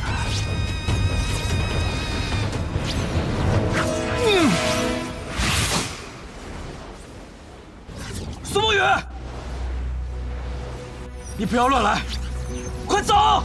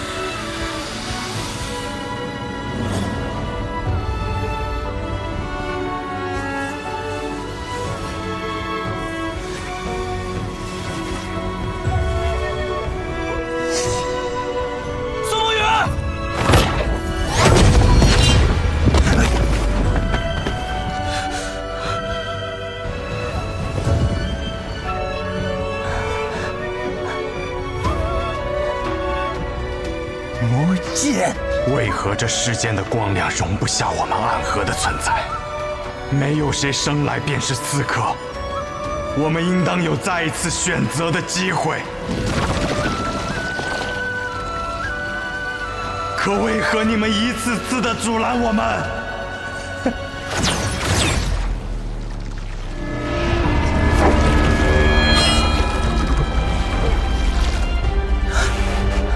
苏梦雨，用这门剑法，你会死的！成河，若今日我的血能让暗河的水变得清澈而不再暗淡，那我便死吧。北离开国之时，和天武帝所对峙的风月侯，麾下的剑魔创下过一门剑招——迷七杀六灭剑。也罢，杀敌、杀友、杀神、杀鬼、杀劫、杀无所不在、杀无处遁形，此为七杀。灭天道、妖道、神道、鬼道、修罗道、地狱道，此为六灭。卓心公公，选择一处属于自己的归途吧。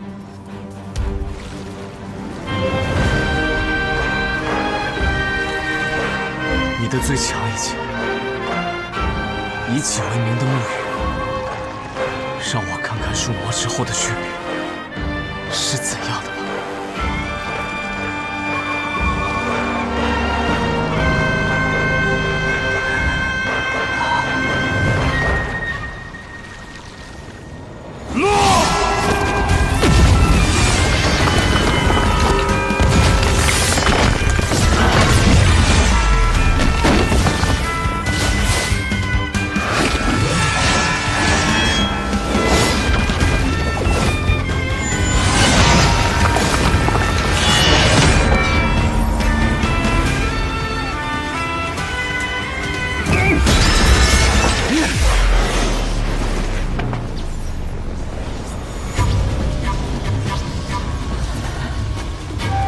这一招我拦下了。这老太监怎么这么强？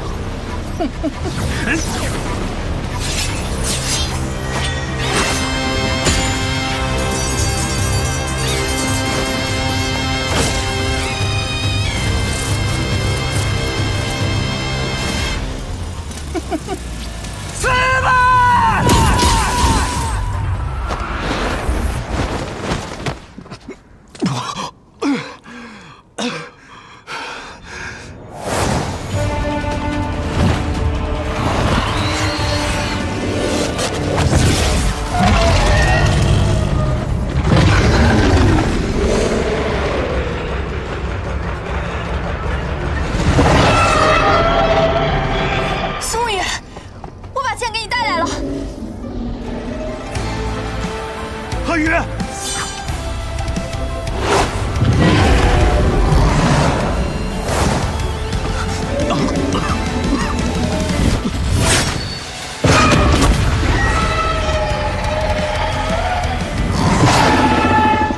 生在无间城，自幼便与剑相伴。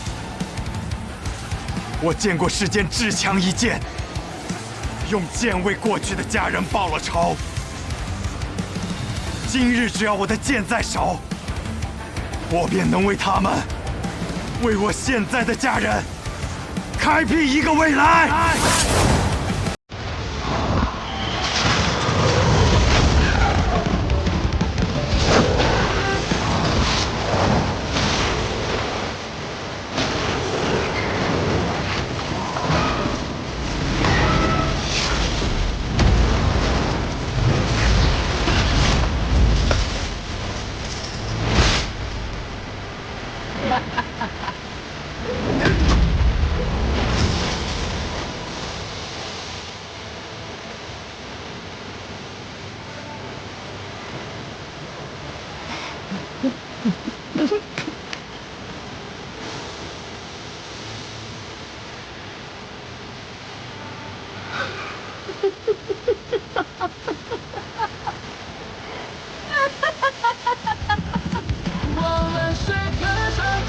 你即将入网，即便杀光我，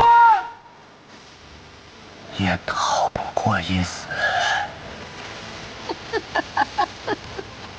你身前无敌，可我身后有人。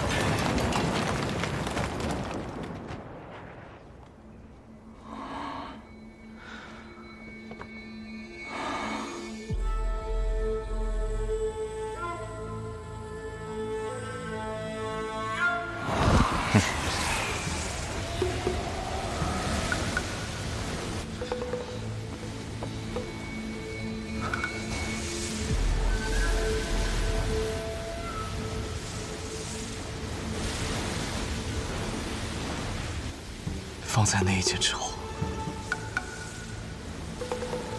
沐雨已经彻底入魔。苏沐雨，沈小姐，苏沐雨，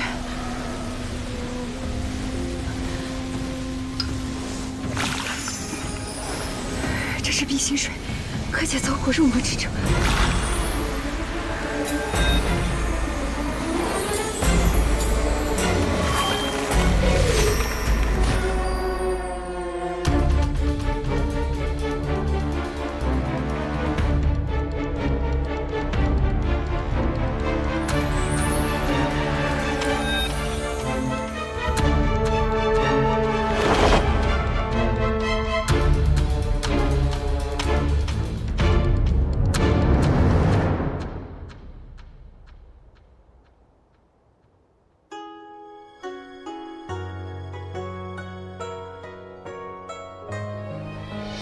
凌轩道，哪有路可挑？奈何有挥剑出鞘。剑上暮雨潇潇，伞下潭中月照路迢迢。尘沙扬，剑上挑，我刀光你落脚。即便要如一人过风暴，霜雪拦一角。即便还会有躲不开的一切都结束了，我们可以回答案了。天真如年少，追明月，踏荒郊，哪怕无人知晓。命运乱我阵脚，怕细雨打破几招，为天下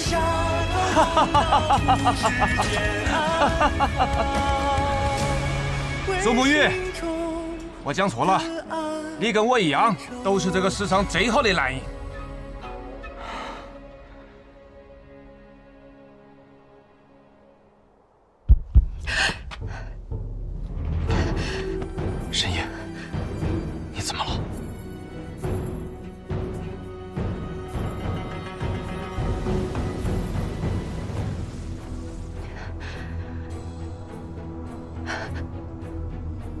我着了我那失职的道。到底怎么回事啊？我本就重伤未愈，又耗费了大量的精血炼制解药，本应该被小百草彻底清除的体内的药人之毒，如今复发，应当是叶芽故意设计的。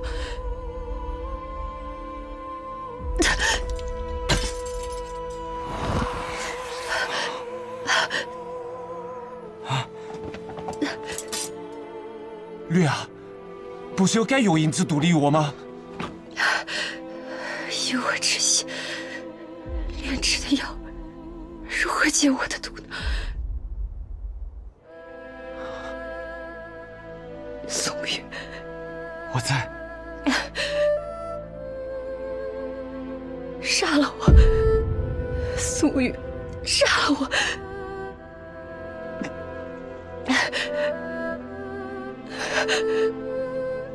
我不想变成药人，会很丑的。你不会死的，会有办法的。宋玉，来不及了，这次什么办法都来不及了。宋玉，真的来不及了，对不起，我们回不去呢。宋梦月，苏长华，我们一起用内力把他的毒逼出来。没用的，内力逼不出这毒。绿儿，有爹在，不会有事的。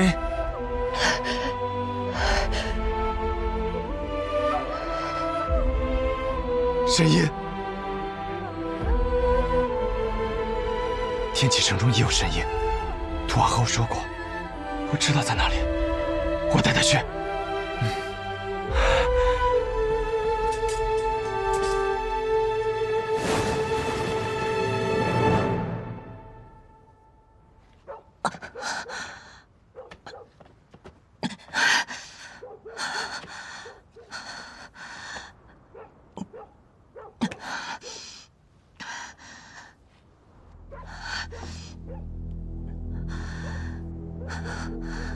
没想到那唐连月居然有如此实力，逼得我失去了护身药神，诈死逃脱。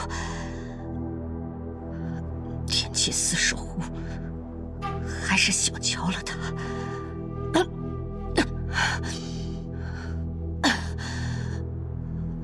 不过这些都不重要了，炼制出了这么多解药，小师叔也应当遭到反噬了。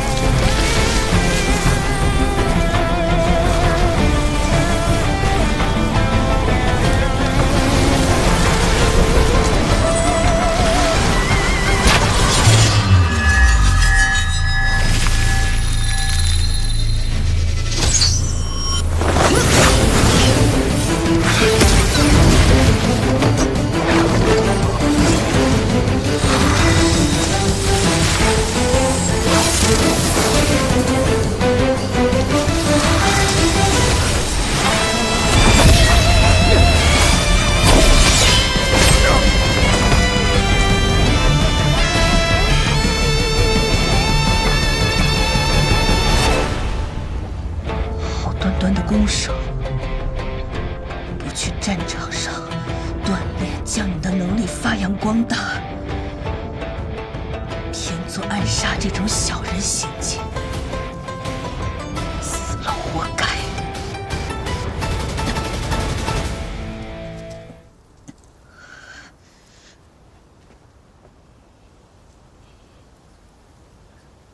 把这个服下。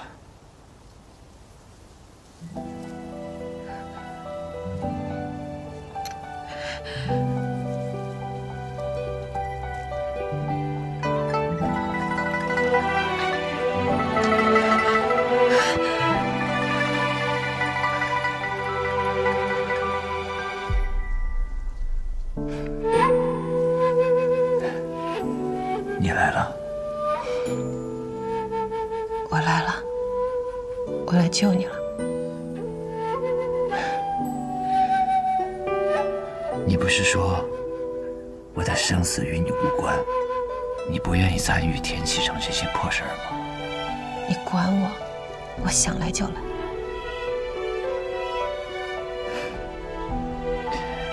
当年我们杀入泰安殿的那一夜，可比今日凶险多了。你不是也没来天启看一眼？那一夜，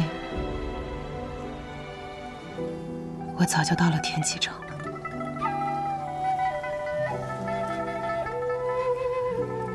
我在你身边安插了奸细，只要你遇到危险，他发出令箭，我就会提剑杀入我们。管他什么亲王、景玉王、泰安帝，我若提剑而出，那你就得跟我走。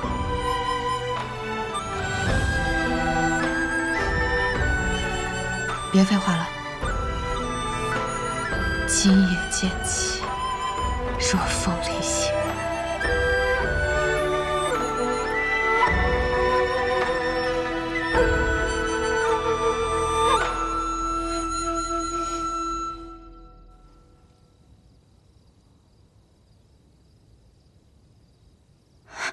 雨墨姐姐，你醒了。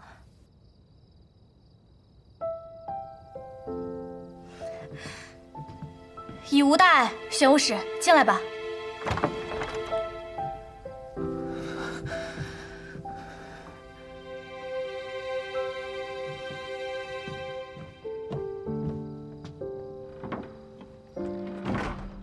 上一次受这么重的伤，还是你动的手。当时你可没现在这么着急。理什么理？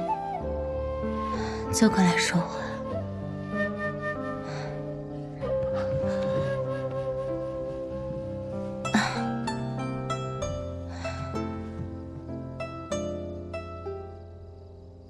还是像个巨嘴葫芦。以前我总讨厌你，什么都闷着不说，但是现在我发现，原来喜欢一个人，除去言语，还能在行动和眼神中表明。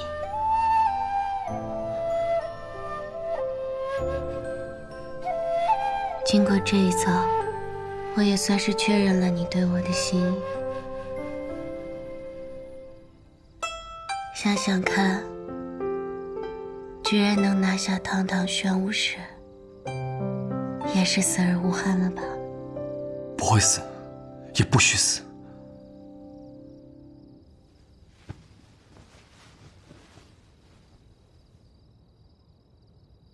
这次天启之途，让我更加明确我们身上背负的责任。唐连月，我们再做个约定吧。等你我完成身上的使命，你不再是玄武使，我不再是暗河道，我们只是唐连月和沐雨墨的手。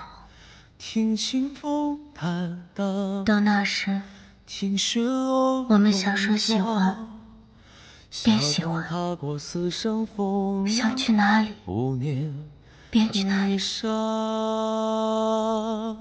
念念不忘，念念遥遥，向往是谁的念想？这山河无恙，你别来无恙，像最初一样。当陪王爷做完他想做的事，我便跟司空长风一般，抛下这座城的树，来找你。只愿此生不忘。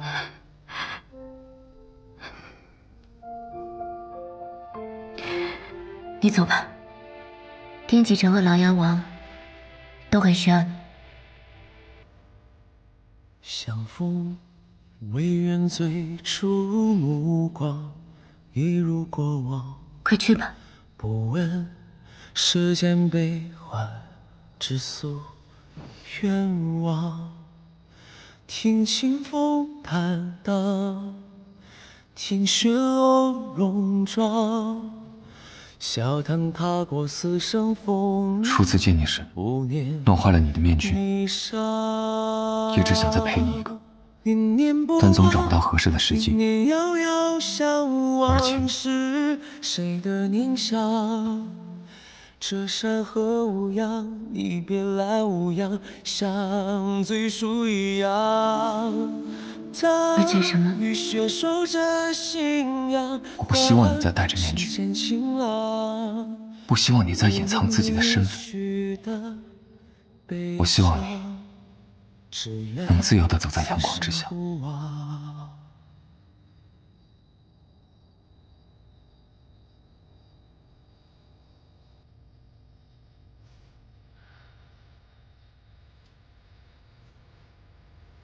送我一曲离歌，笑看岁月如常，为你留在心底半生愿望。此去可手艺不错，相望着离殇。最后灯火阑珊处是最初快走吧。念念不忘，念念遥遥，相望是谁的念想？这山河无恙，你别来无恙，像最初一样。当雨雪守着信仰，换世间晴朗。5年离去的。我还以为是玄武使怜香惜玉，舍不得动手呢。傻瓜，你果然是在骗我。你果然还是关心我。月郎，现在天色不早了，要休息吗？我的身子还没完全恢复，你喂我吧。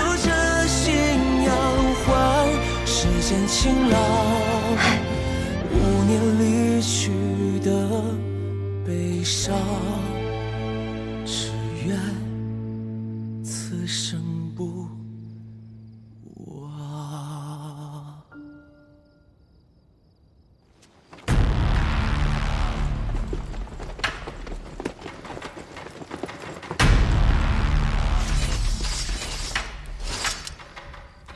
飞虎将军，这么晚了要去哪儿？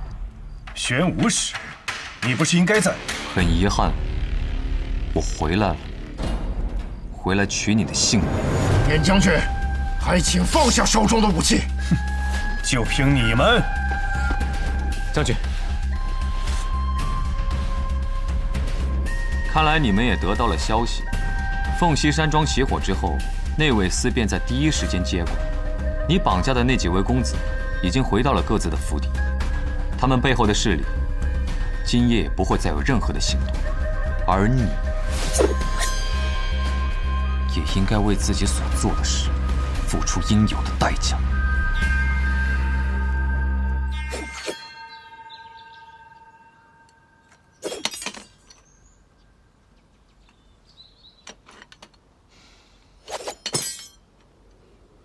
真是烦人。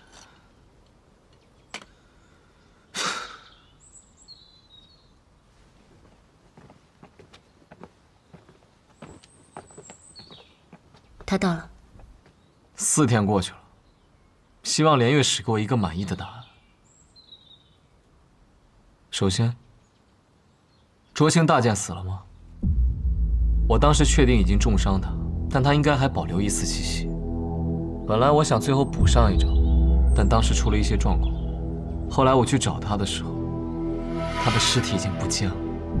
我们推测，应当是被他的徒弟景轩带走了，但是死是活，暂时也没有答案。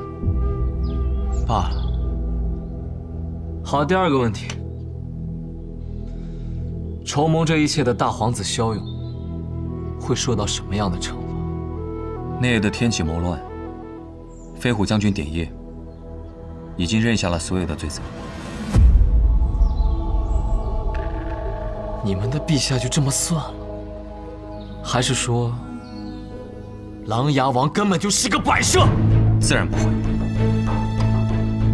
萧勇也自知，无法这么简单从这场谋乱中抽离出来，所以上书请罪，认为典业犯罪，自己也有过错，便于青天剑禁闭，放弃皇子身份，终生不涉党政。只是如此吗？琅琊王呢？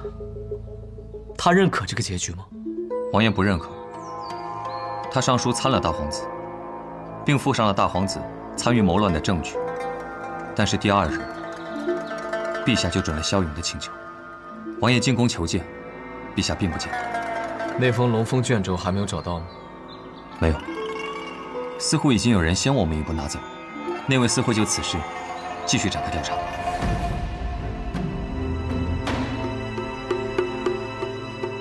回去吧。2个答案没有一个令人满意。大家长接下来打算如何？我等苏沐雨醒了再说。他醒了我就听他的，毕竟天启是他决定来的。他醒不了，我会拔刀杀人。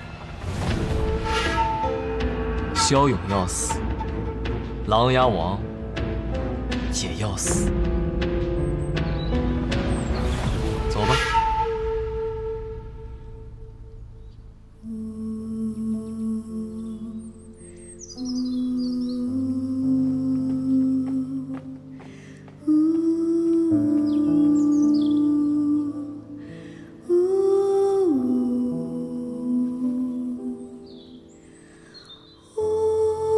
我是不是对你的小情郎凶了一些？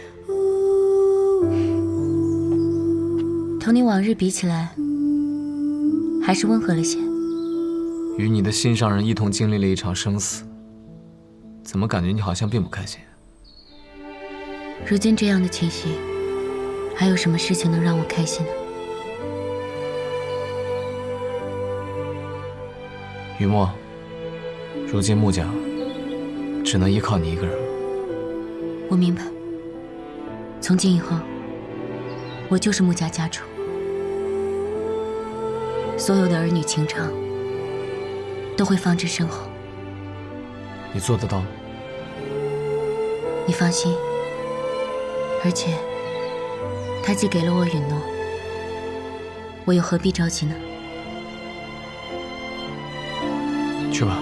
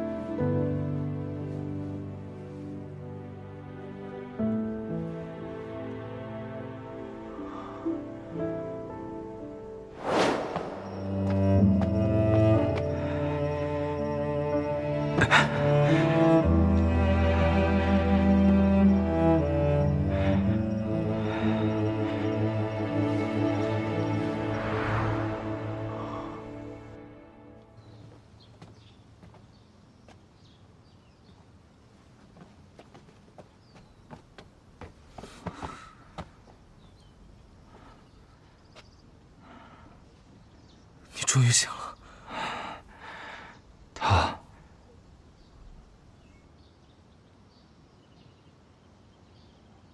白鹤南飞，淮水相望。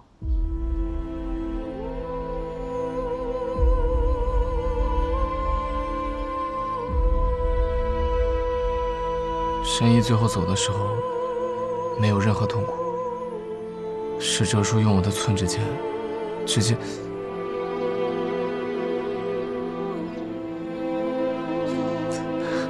你知道的，哲叔向来干净利落。神医还没有感受到任何痛苦，就已经结束了。哲叔说，既然你已经晕了过去，那这件事便只能由他来做。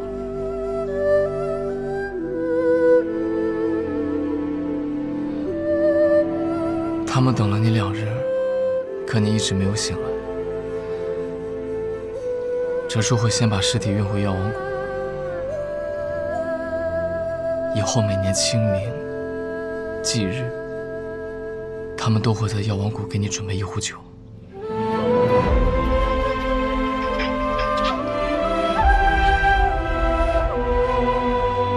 等你去那儿。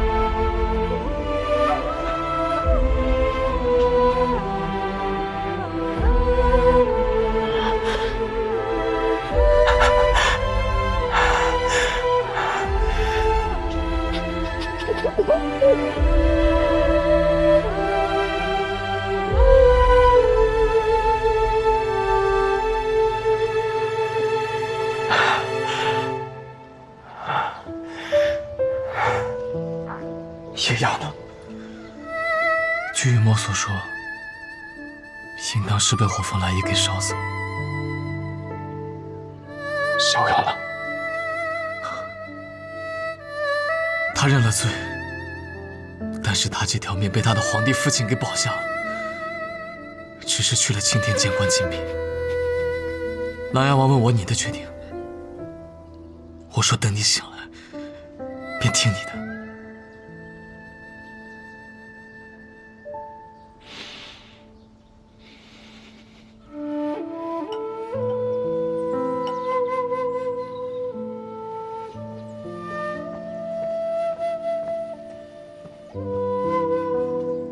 王爷，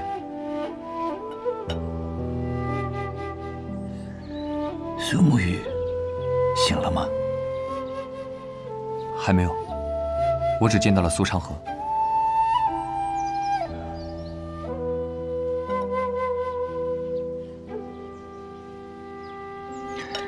那安和的大家长怎么说？他说，若是苏沐雨醒来，他便听苏沐雨的决定；若是苏沐雨醒不过来，他会杀了萧勇和你。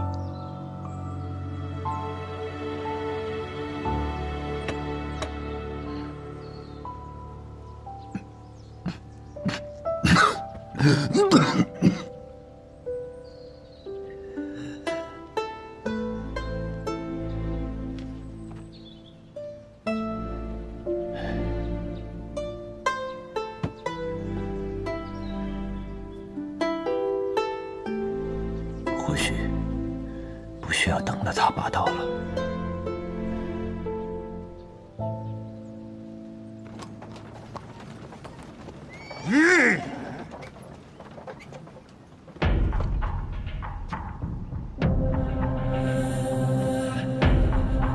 你是何人？来此送葬，为你身后之。大胆！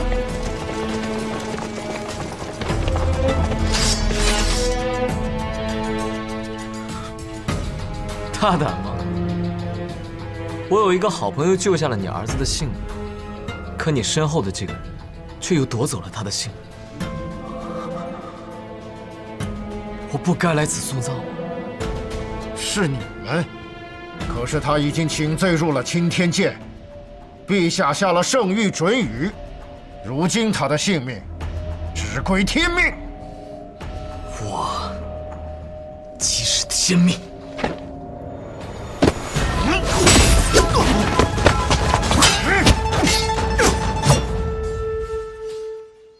殿下打算去关禁闭吗？苏家主。们已经赢了，琅琊王他们定然会遵循之前和你们的约定，让你们的暗河走入属于自己的光明，又何必咄咄相逼呢？所以皇子便可以肆意的杀人，就算最后要接受惩罚，只要放弃自己的身份，便能苟活于世，对吗？我还未踏入青天界，我现在还是一位皇子。你知道当街杀死一名皇子是什么样的罪孽吗？你们暗河将永永远远不可能迎来所谓的光明，影子永远是影子，一旦碰到阳光就会消失。你们会成为北利最大的通缉犯，你们的画像将会一直被张贴在每座城池最显眼的地方。青阳和雪薇死的时候，雨墨问过我一个问题：曾经的我们，同伴的生死似乎早就是一件习以为常的事情。可如今的一切都不一样了，通往彼岸的路，究竟还要死多少人？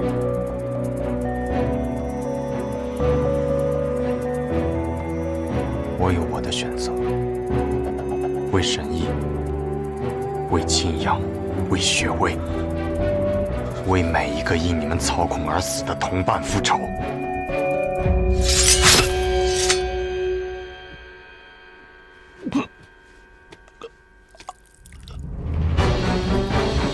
我的选择自有我的意义。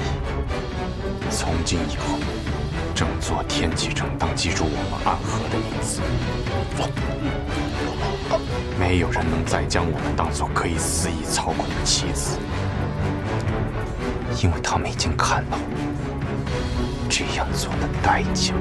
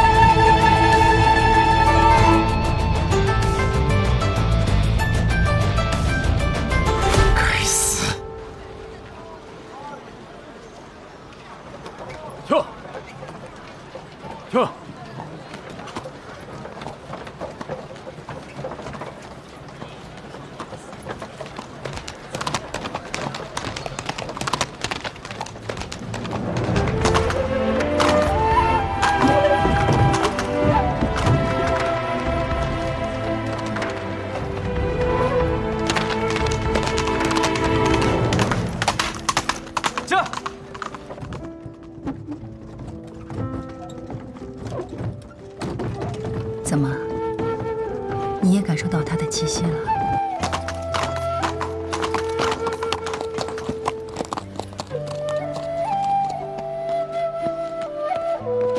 在干什么？没什么。这。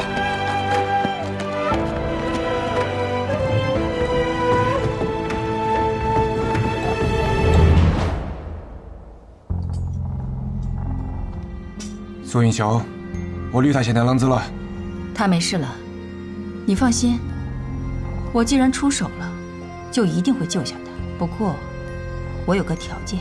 什么条件？你讲。我要暂时带走这位神医。为什么？因为我接下来要练一门功夫，随时需要一位神医候在一旁。我不想被苏沐雨盯上，那是一件很麻烦的事情。你知道我的性格，你若敢多言一句，白鹤怀就永远不会回来了。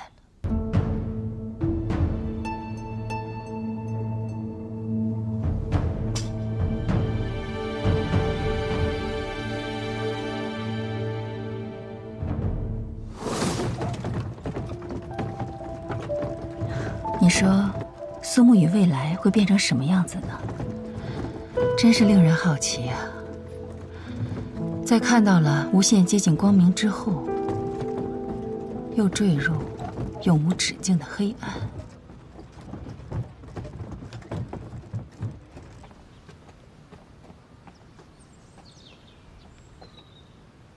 我们要离开天启城了，来和琅琊王告个别。或许你们不该杀死萧勇，此事有很多种解决办法，可你们选择了最无法挽回的一种。别人都说我是个疯子，我这兄弟其实也是。琅琊王殿下，或许暗河的彼岸并非最初我们期盼的那样，我们想成为的是可立于光明之下的人，并非权力斗争下的棋子。萧勇若去了青天剑，在国师启天辰的浮沉之下，很难再寻机会。可萧勇死了，很多事情会变得很麻烦。或许在从前，暗河立于黑暗之中；或许在未来，暗河仍无法行走于光明之下。可至少在此刻，我们拥有属于自己心中的正义，而在这正义之中，骁勇当死。下次若再敢拿我们当棋子，可休怪我们成为下棋之人。我和昌河会回大暗河，以后会走属于我们自己的路，彼岸终会到达，无论过程有多艰难。好，那希望我们再会的时候不会是敌人。可我们也很难成为朋友吧？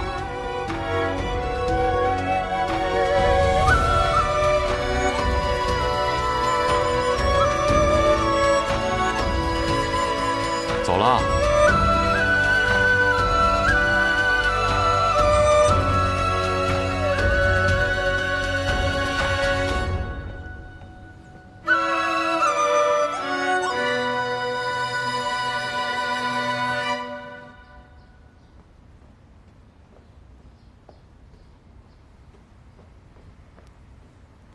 国师，大皇子萧勇在来青天剑的路上被人给杀了。谁动的手？我只见过其中一人，当年来过青天剑之外，被国师您一道皇符给打退了。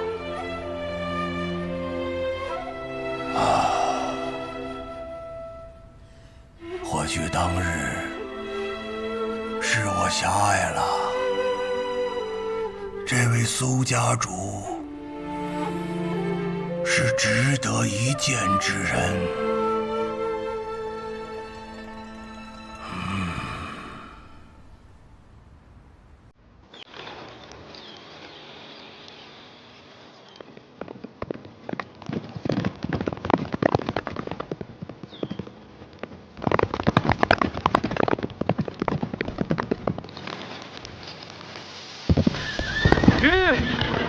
鱼，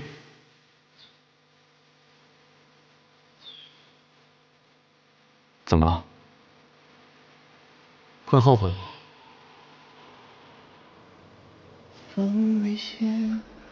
我们努力了这么久，可那一剑之后，还是回到原点。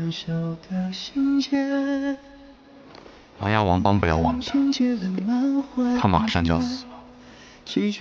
他想在死前为自己在意的人铺好路，可是他所在意的那些人，要走的却是和我们截然不同的路。这天启城的大乱才刚刚开始。不过，那和我们暂时没有关系。的世界有难舍的执念，兴许将自己丢却，还好有爱，爱人间半年月。曾有一极地地狱，可见光明。外明垂烈，一心的风雪怀一生注定归绝。云雾皆散，可见明月。两人就这么一同朝前狂奔着，似乎此行没有终点，而亦没有归途。彼时，距离暗河下次踏入江湖还有8年，而距离苏沐雨和白鹤怀的重逢，则还有整整12年。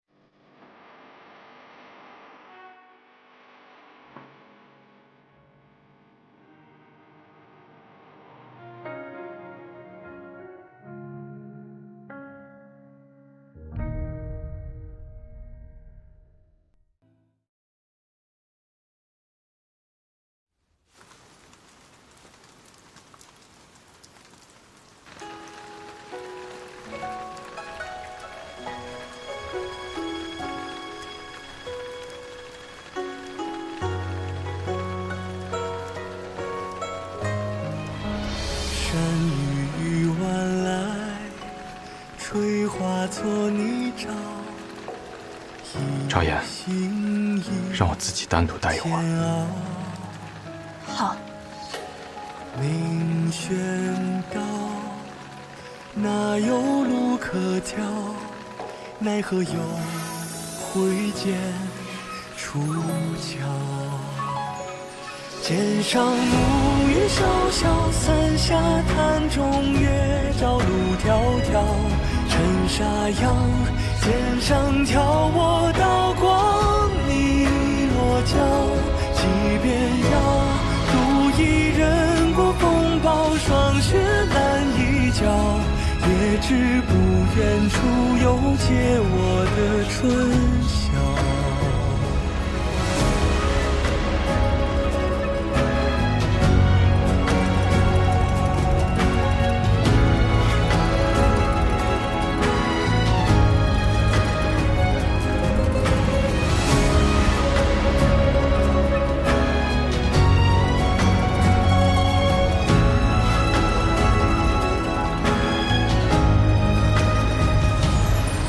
上暮雨潇潇，伞下潭中月照路迢迢。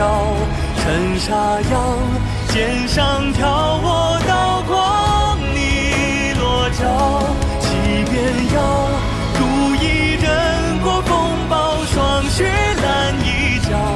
即便还会有躲不开的喧嚣，为心中的安被找到。